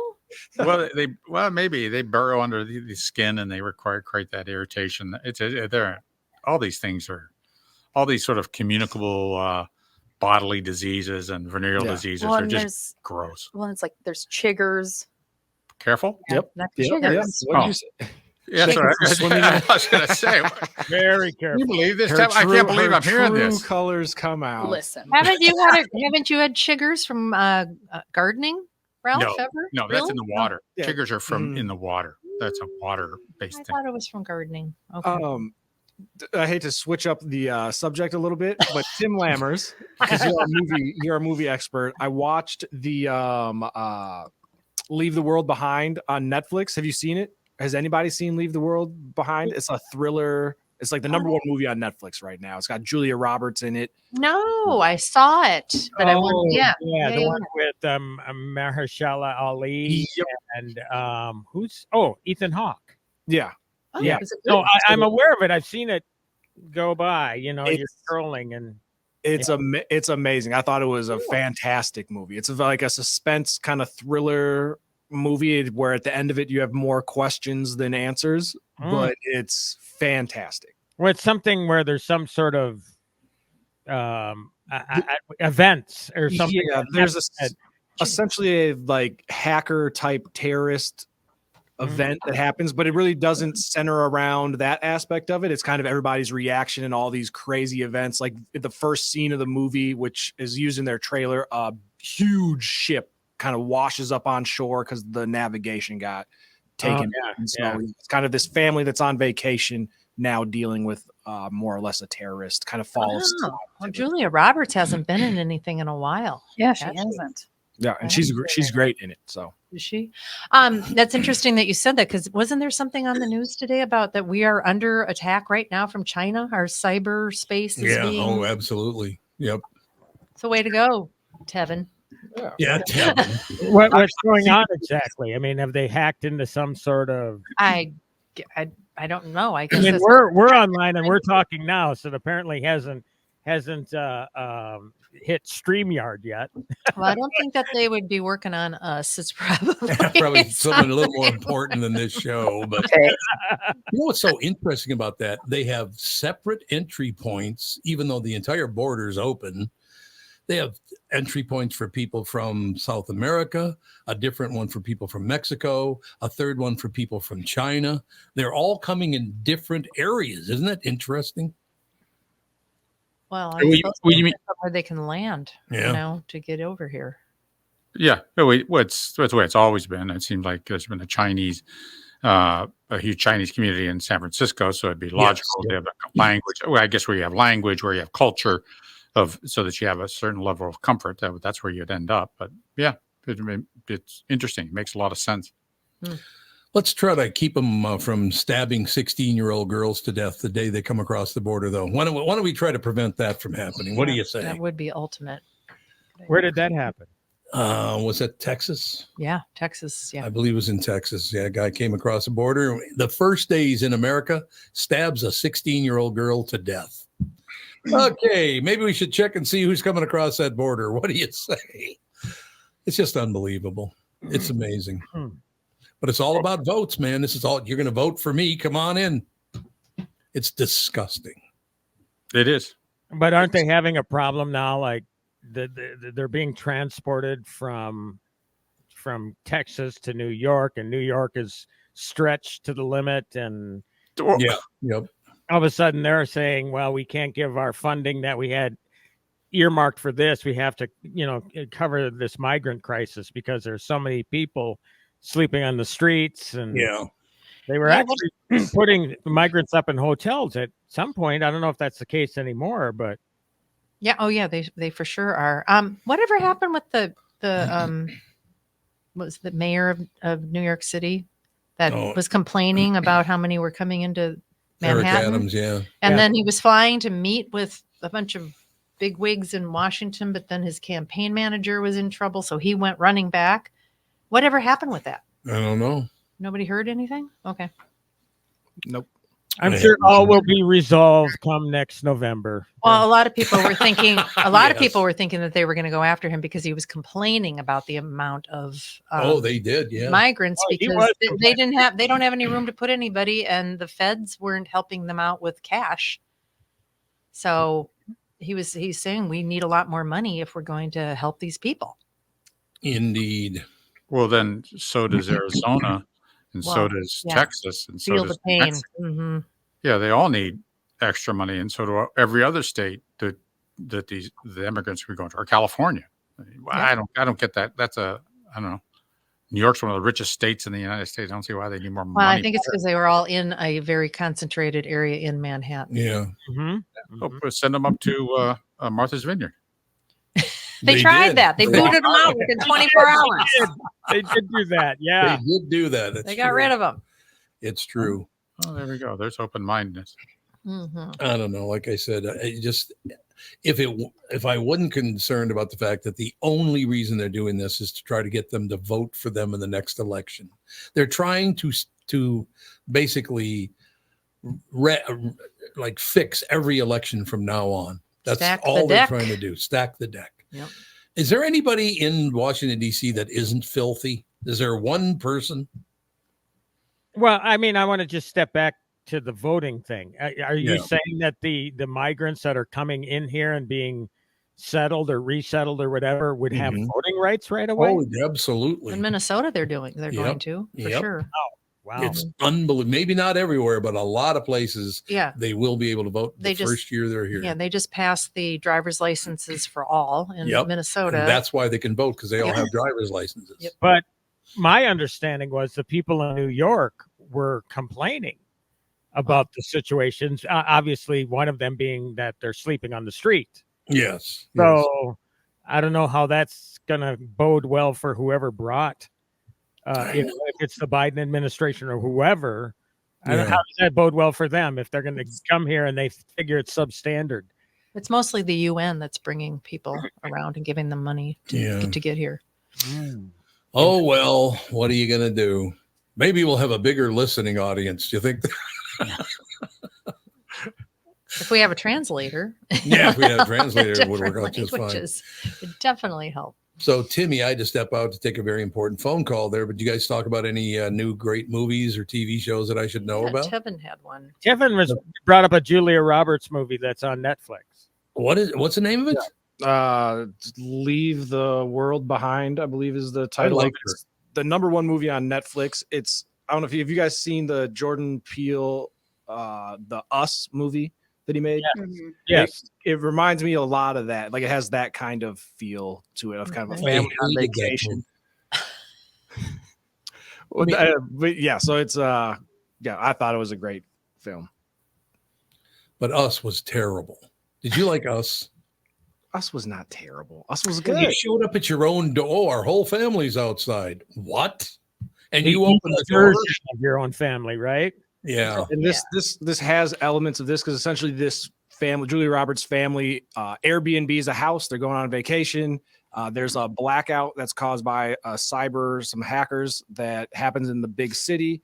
And then the owners of the house come back because they had nowhere else to go. So there's kind of this weird feeling out. Are they really the owners? Is there, Julia Roberts' family under attack type of thing? And so you kind of navigate that whole dynamic.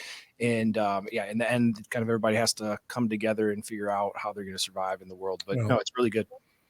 I'm here to tell you that if I were standing next to Andy and Alex at the house and there was a knock at the door and it was Andy and Alex at the door, I would not open the door. I got to be honest with you. Duplicate children on the other side of the door. I'd be suspicious. That's a horror movie experienced person right there. I see this horror movie coming. I'm not opening that door. Forget it. Not happening. A duplicate sage, an evil duplicate sage. Sagey. Evil sage. Alex would let him in. Oh, if I just talk to him and give him enough hugs, he'll be fine. He'll be okay. Even if he's evil sage. He just needs some love. That's all it is. You need some love. Everything is good, right? Yeah, I could fix it. So what is going on in the entertainment world? Good stuff? I guess. Not it's that great, obviously. No. I mean, nothing spectacular. I mean, we just started award season. Golden Globes nominations came out yesterday. Critics' Choice Awards, which I vote on. We announce our nominations tomorrow. So I've been busy just watching a lot of hoity-toity stuff. The awards-worthy sort of stuff. Sure, yeah. And one of them I did see, actually liked, and I reviewed, obviously, on Friday, Dream Scenario with Nicolas Cage, which I thought was pretty good. I'm telling you, one movie that seems to be emerging as at least a nominee in a lot of places is The Holdovers, which I did review a couple weeks ago, which is Paul Giamatti. And honestly, of all of the films that are out there, it's probably one of the most upbeat and inspiring. That's the whole thing about these movies. It's a lot of drudgery at this time of year, all the serious stuff. But The Holdovers is a great feel-good movie. It has tragedy in it. It has sadness, but it's also really, really funny. I'm writing this down. Yeah, it should be available to you on premium video on demand, at least at this point, which is a $20 price tag.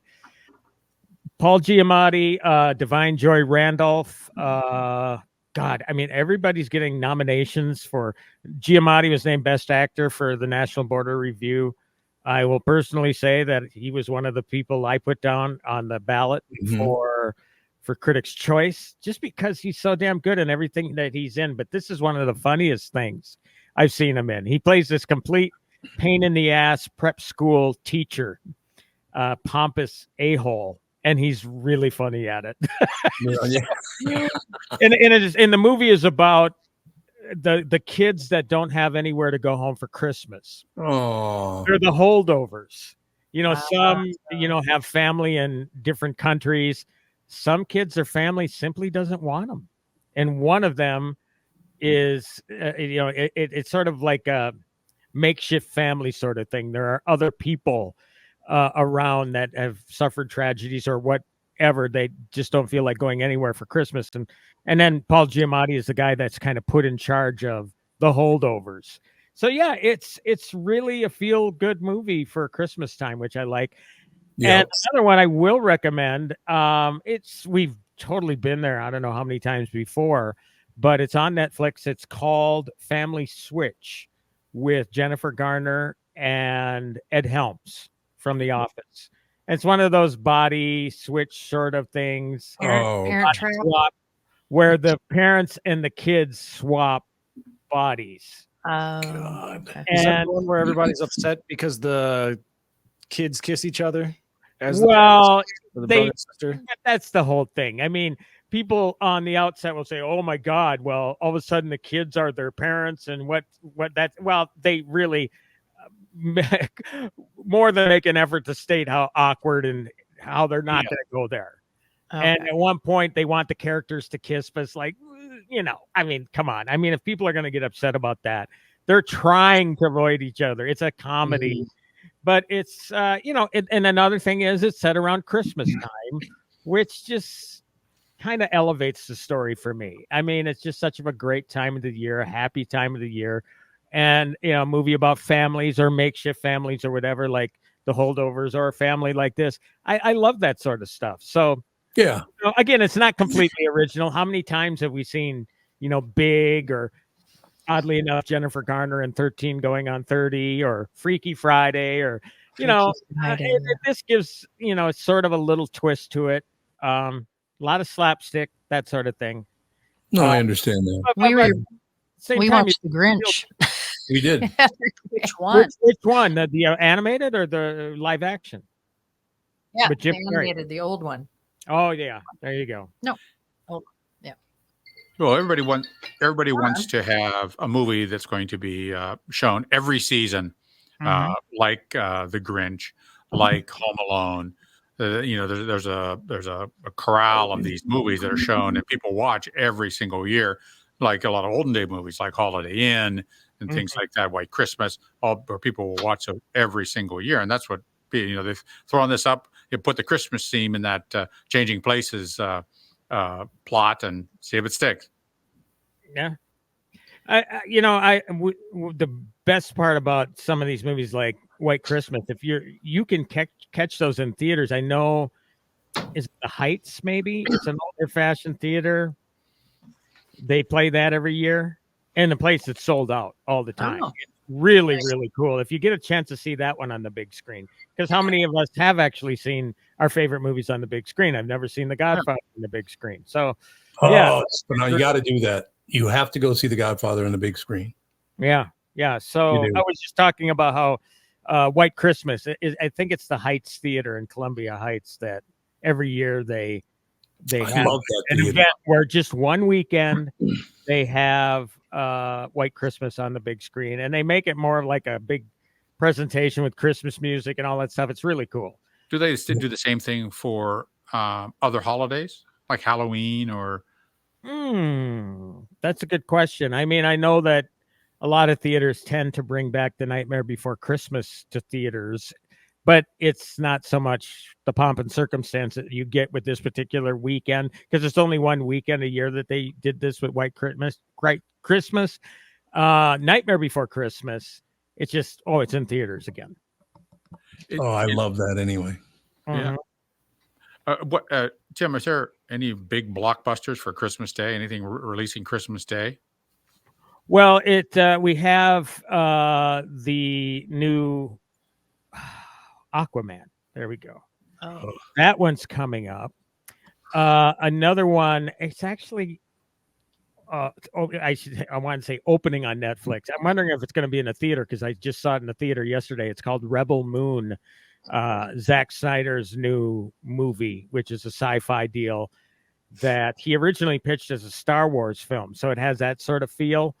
But I don't know if that's actually going to be playing in theaters. The Color Purple, the musical, is going to be that on Christmas Day. A musical? Yeah.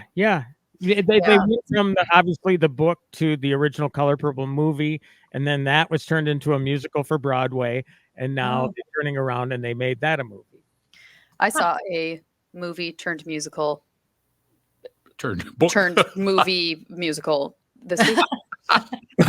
I saw one this weekend, but it was like, it's different because it's just the musical on stage put on a movie screen. It was The Waitress, which I've seen the musical itself live, and that was interesting. But The Color Purple is, it's like a movie musical, not just the musical. Oh, okay. Kind of, what Alex is talking about too. With they did that with Hamilton as well for Disney Plus, where they just have the filmed musical. Yes. Yeah, this one was The Waitress it was only in theaters for 5 days. Oh wow. Yeah. It was a very short release. I'm sure it'll be on Netflix or Amazon or something like that, but it was fun to go see in the theater because Sarah Bareilles wrote all the music for it, and she played the main character of it in this one, which was cool.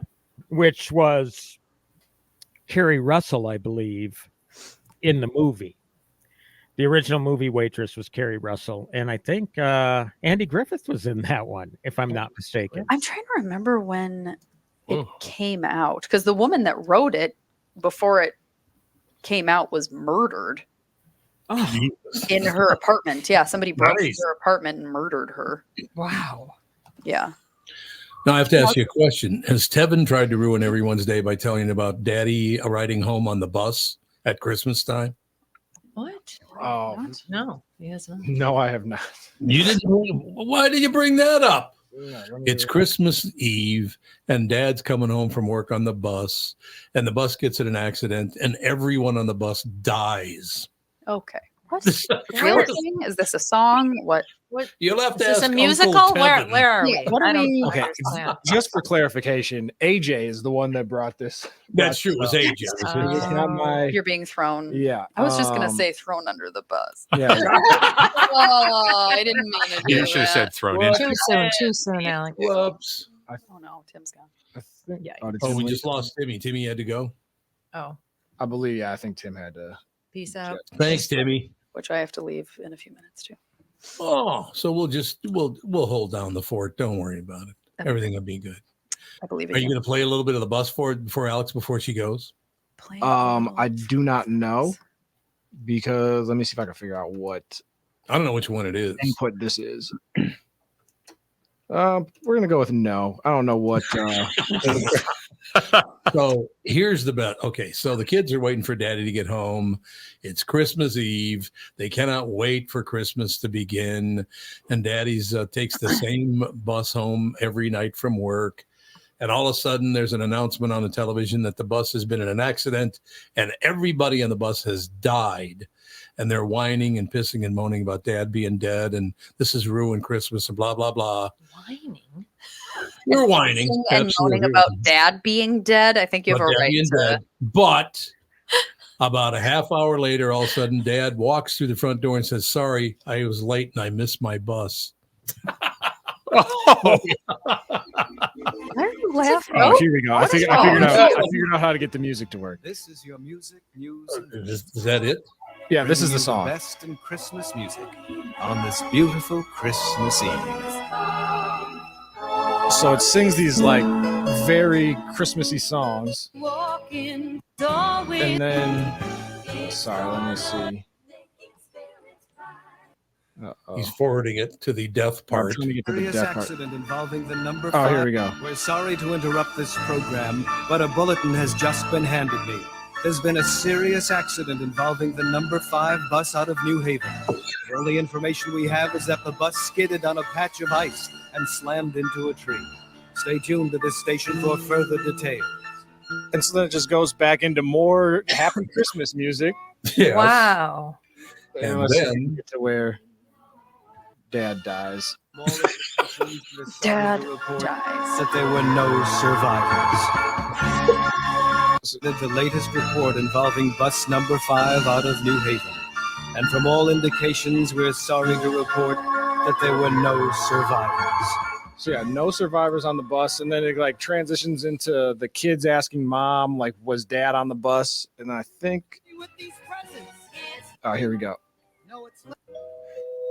Daddy! Merry Christmas, everybody.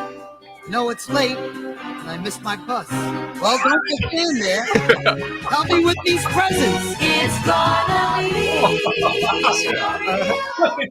Whose idea was this? This It was Brittany's fault. Who produced that? Really weird monstrosity. Yeah, but people love that sort of thing around Christmas time. They love to see these tragic movies, this sadness. Let's get my catharsis on so I can be happy at Christmas. Ugh. Sorry, kids, I missed my bus. Daddy! So weird. Dead. It is a Merry Christmas. Hooray! What? Everyone else is still dead, but not you. Yeah, exactly. The other 50 people are still dead, but you're good. So The other 50 families are ruined, but Yeah, but at least we've got you. that was AJ knew about that, right? Yeah, Thanks a lot. Wackadoodle. I brought up the Yin Yang Twins. Yeah, you want to play that for him before Alex leaves? Oh, Christmas? yeah. No, I feel like I have heard this. No, Ralph's gonna love it. Oh, I bet. And so is Catherine. Kevin's teeing it up I right love now. the Yin Yang Twins. Kevin's got it all teed up, ready to go. All right, here we go. We've got ads that you have to play. So we've got 10 seconds. I have to leave, but I want to hear 10 seconds, you're good. It's arguably the worst attempt at a Christmas song. What's it called? It's called Ho Ho Ho Dirty Christmas. Okay, great. Prepare yourself. Like Cardi B. The Yin Yang Twins. Close. It's a rap duo out of Atlanta. They sang, I danced to one of their songs in high school, Mom. I'm sure you did. Sure did. Christmas. Oh, I've heard this.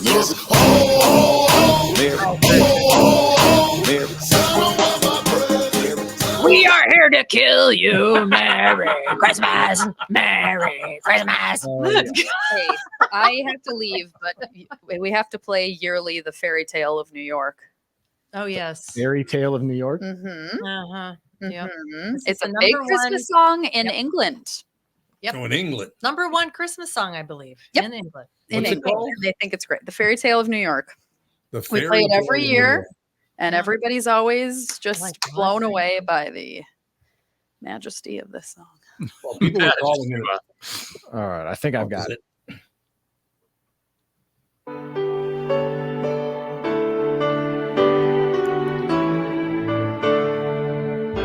There was Christmas Eve. Oh, I remember this.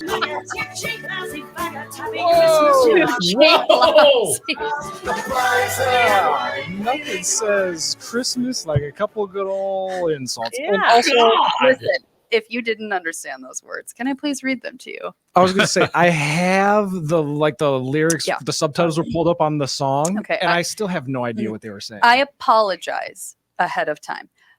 You're a bum, you're a punk, you're an old slut on junk, lying there almost dead on a drip in that bed. You scumbag, you maggot, you cheap, lousy faggot. Happy Christmas, your arse. I pray God it's our last. My God. And to all a good night. Yes. What's And the that's name like of that? the number one Christmas song in England. What does it start? God bless. It was Christmas and everyone was drunk. A drunk tank was Drunk tank. Drunk That's tank. what it was. Yeah. Drunk tank. Okay, I'm going to be late for work, but I What's just the name needed of that? everyone to listen to that beautiful, beautiful Christmas What song. was the name of that? The Fairy Tale of New York. By the Pogues. Pogues. Oh, it's by the Pogues. Pogues. Okay. Mhm. Yep. Nothing Ralph didn't spreads want to be holiday on so screen well. while you were playing that. I know she disappeared. Oh, there There you are. Now you're Okay. Has anybody seen the HOA rant?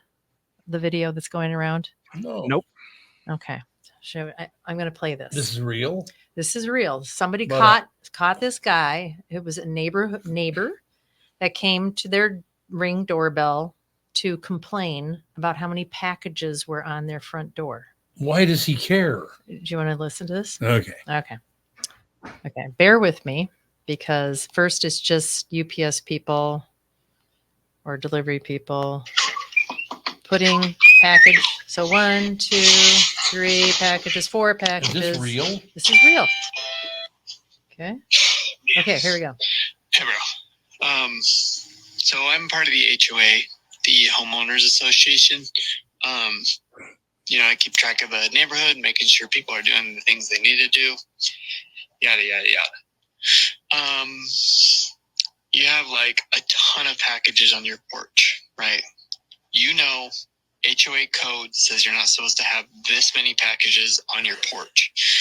You can order as much as you want, but you can't keep them on your front porch like you are. They've been here all day. I've been watching this literally from my house down the street, 2 doors down, left side, blue house, all day. All day. They've been right here. I don't want to look at them. They're ugly. Just bring them in the house. I don't get it. They've literally been here all day. I don't get it how you have so much money. You just order stuff nonstop. Really starting to piss me off.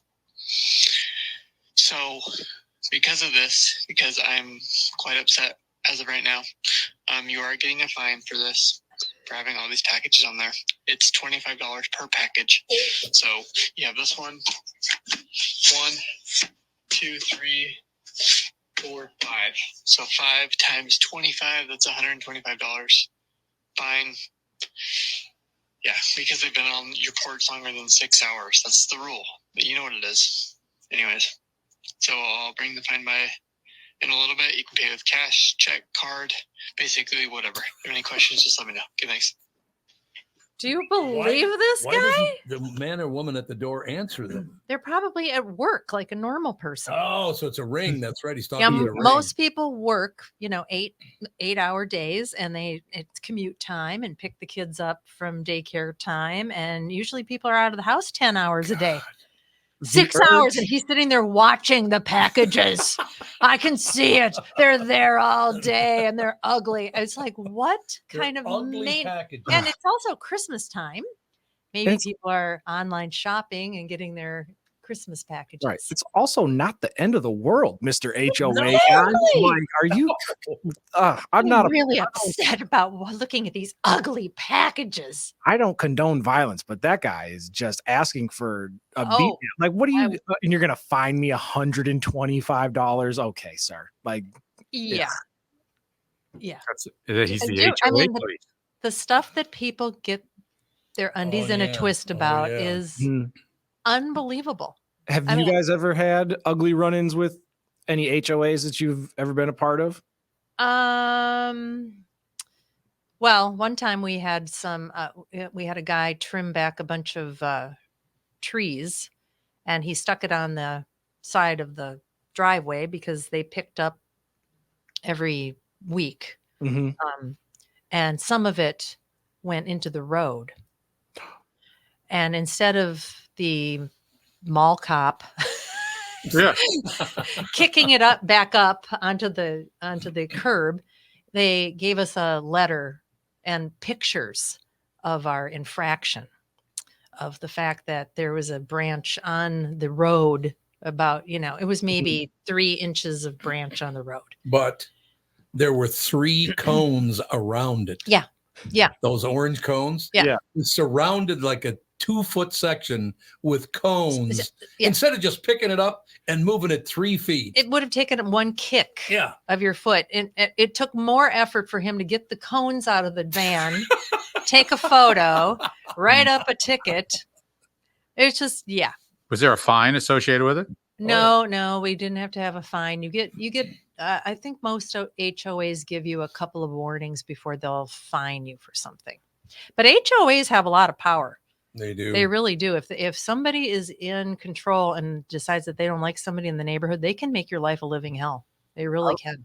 I remember we moved when I was in like middle school. We moved out into the country, and so our driveway was super long, so it kind of sat behind 2 other plots, and so you couldn't see our house from the road. Like, we could have our whole yard a mess and nobody would ever know. Sure. And the HOA lady would come down our driveway, and because our propane tank didn't have a fence around it, like, but nobody could see it because it was was very well hidden in like some bushes and whatever. Nobody could see it anyway. But she was like trying to fine us because it brought the property value of her house down because our propane tank didn't have a fence around it. And my there's those people. My parents went and stood. My dad went and stood at the end of her driveway and like took a picture of our house, and all it was just trees because you can't even know there was a house there. And he was like, "Really, this is what is bringing down the value of your property? Like, leave us alone." It's too bad that Andy's not here. He had an HOA run in. Remember he had this very large patio out front. This was downtown Minneapolis. Oh, that's right. And he decided he put in some sort of little planter thing. Well, it was actually a large planter thing, so he could grow some tomatoes and stuff. So he puts in some carrots and some tomatoes and some other stuff. And this little old lady who walked by every day called the HOA up and told them that he was growing marijuana. Yep. Oh, sounds like Andy. Yeah. Which he was not, which right there, in my opinion, is, a little bit of slander going on right. Yep. And anyway, after that, she made his life a living hell. He had an antenna, router antenna or something in a window. Can't have that. Can't have this. I mean, she complained about him nonstop. God. Yeah. We had to actually tell her to shut the F up. In very strong terms. Yeah, we had to because she wouldn't stop. Yeah, she was just one of these people that just gets a bug up her ass, and like this guy with the packages. Well, again, he said, "You must have a lot of money. You buy all these packages." That's what the problem was. Yeah, he's right. Yeah, that was the problem. He's jealous. Yes, exactly. I don't really understand why. I'm sorry, you're a loser. Yeah, I'm sitting in my house and I'm just watching the Amazon drivers deliver these packages. What? I know. All day long. It's like, so you're just sitting at the window all day long, worrying about these packages. Yep. Yeah. Those are the people that should not be in charge of the HOA. So when it comes to HOAs, there's no due process. It's by fiat, you're fine. Oh yeah. Yep. Oh, absolutely. Yep. And then you can appeal it. Yes, you can appeal it, and we have an HOA, and our people are really good about trying to keep everybody from getting on each other's nerves. There was actually a woman in the building that was threatening somebody, I guess quite a few times. And we got an email that she had to stay in her apartment. She could not go anywhere. She couldn't use any of the amenities of the building. She could go down to the mailroom and she could go to her apartment. That's all she could do. She couldn't go anywhere else because she was like crazy. Well, all she did was complain, right? And she actually was threatening people with bodily harm Threatening and stuff. to She was beat nuts. people up. So I mean, sometimes living in amongst other people is not the greatest. But if you have a well-run HOA, the problem is sometimes you get these, I'm sorry, older retired guys that had a big job and were used to having everybody jump and duck for cover whenever they came in a rant, and all of a sudden they're in charge of the HOA, and they think that they're like the police or something. Well, they get real weird. One of my favorite stories about 25 years ago, we had a townhouse, right? And we got some new neighbors in from New York, and they were very, very, and I love New York, you know that, but they were very proud of the fact that they were New Yorkers, and they decided that there was a tree between our houses. And they decided that they owned the northern half of the tree and we owned the southern half of the tree. And he would go out there and go around just the northern part of the tree at the base and doll it all up. But he wouldn't put a little mulch on it. Yeah, a little mulch. On half the tree. On half the tree. He wouldn't put it on our side because that's yours. That's your problem. It looked horrible. I mean, we would have pitched in for a half a bag of mulch. Jesus. Oh, he was also the guy if the kids were in the pool at 2:00 in the afternoon and having fun. That was his nap time. Yeah. Couldn't do that either. Yeah, you get all kinds of people in HOA. I would make a terrible neighbor in those situations where it's like 2 PM. Now that's the only time my kids are going in the pool, or in Andy's situation where, you thought I was growing marijuana. Now I might actually plant one large marijuana plant just so you can distinguish the difference between that and a tomato plant. I was proud of my lovely wife, Catherine, because his wife came over, knocked on the door. look, you're going to have to tell those children to quiet down because they've got to do something. Catherine said, okay. About a half hour later, she's back. Yeah, they're still way too loud. It's just too much. We can't deal with it. You're going to have to tell your children to quiet down. Catherine went, okay. Half an hour later, Catherine opens the door and goes, get the F away from our house. The only appropriate response. Yeah, that's the correct response. It was. She said, get the hell out of here. Only she didn't say hell. She used a different word, actually. Well, you don't move into it's like people that move into a dog building and hate dogs. Yes, exactly. Yes.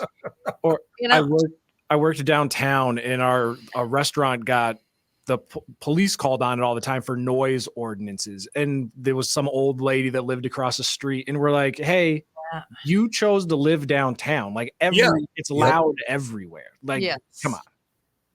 Yeah, exactly. You don't move next door to a family with kids and not expect there to be some noise. Right. Yeah.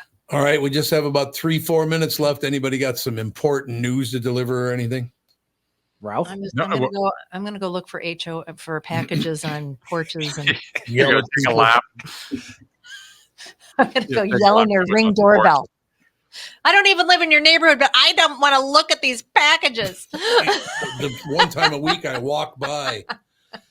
People are getting really, really nuts. You know what I've started doing, and I haven't gotten much of a response back. But if I'm walking down a sidewalk and somebody's, let's say, riding their bike on the sidewalk instead of on the street, I will step aside, and when they go by, if they don't say thank you, I go, "You're welcome." Why don't you just push them over? Come on, them over. Be a man. I do that. I'll go, "You're welcome" all the time. I hold the door for people. They don't say a word. "You're welcome." It's like, how rude can you be? Why are people like that now? Not a clue. Or why don't people smile when you're walking? You pass someone on the sidewalk and you say hello. They're morose, long faced, don't say a thing. It's bizarre. It's a bizarre. I never get myself upset about stuff like that because they might be maybe they just got really bad news. Maybe something really bad happened. Not my problem. No, this is a chronic problem in out west where I live. Oh yeah, no one or very few people say hello, smile, or anything. Yet in Las Vegas, where our house there, people say hello all the time. All the time. All smile on their face. Hi, how you doing? Even want to strike up a conversation. In Wayzata, they have a hard time saying hello, smiling. Everybody's just lost their dog, it seems. I think it's because they're warm. People, when they're warm, they're happy. Yeah, that's true. In the summertime, same thing in Wayzata. See, you just want to sugarcoat it in some way. Nope. Consistent. No sugarcoating. Yeah. All right. That is going to do it, ladies and gentlemen. We'll talk to you tomorrow.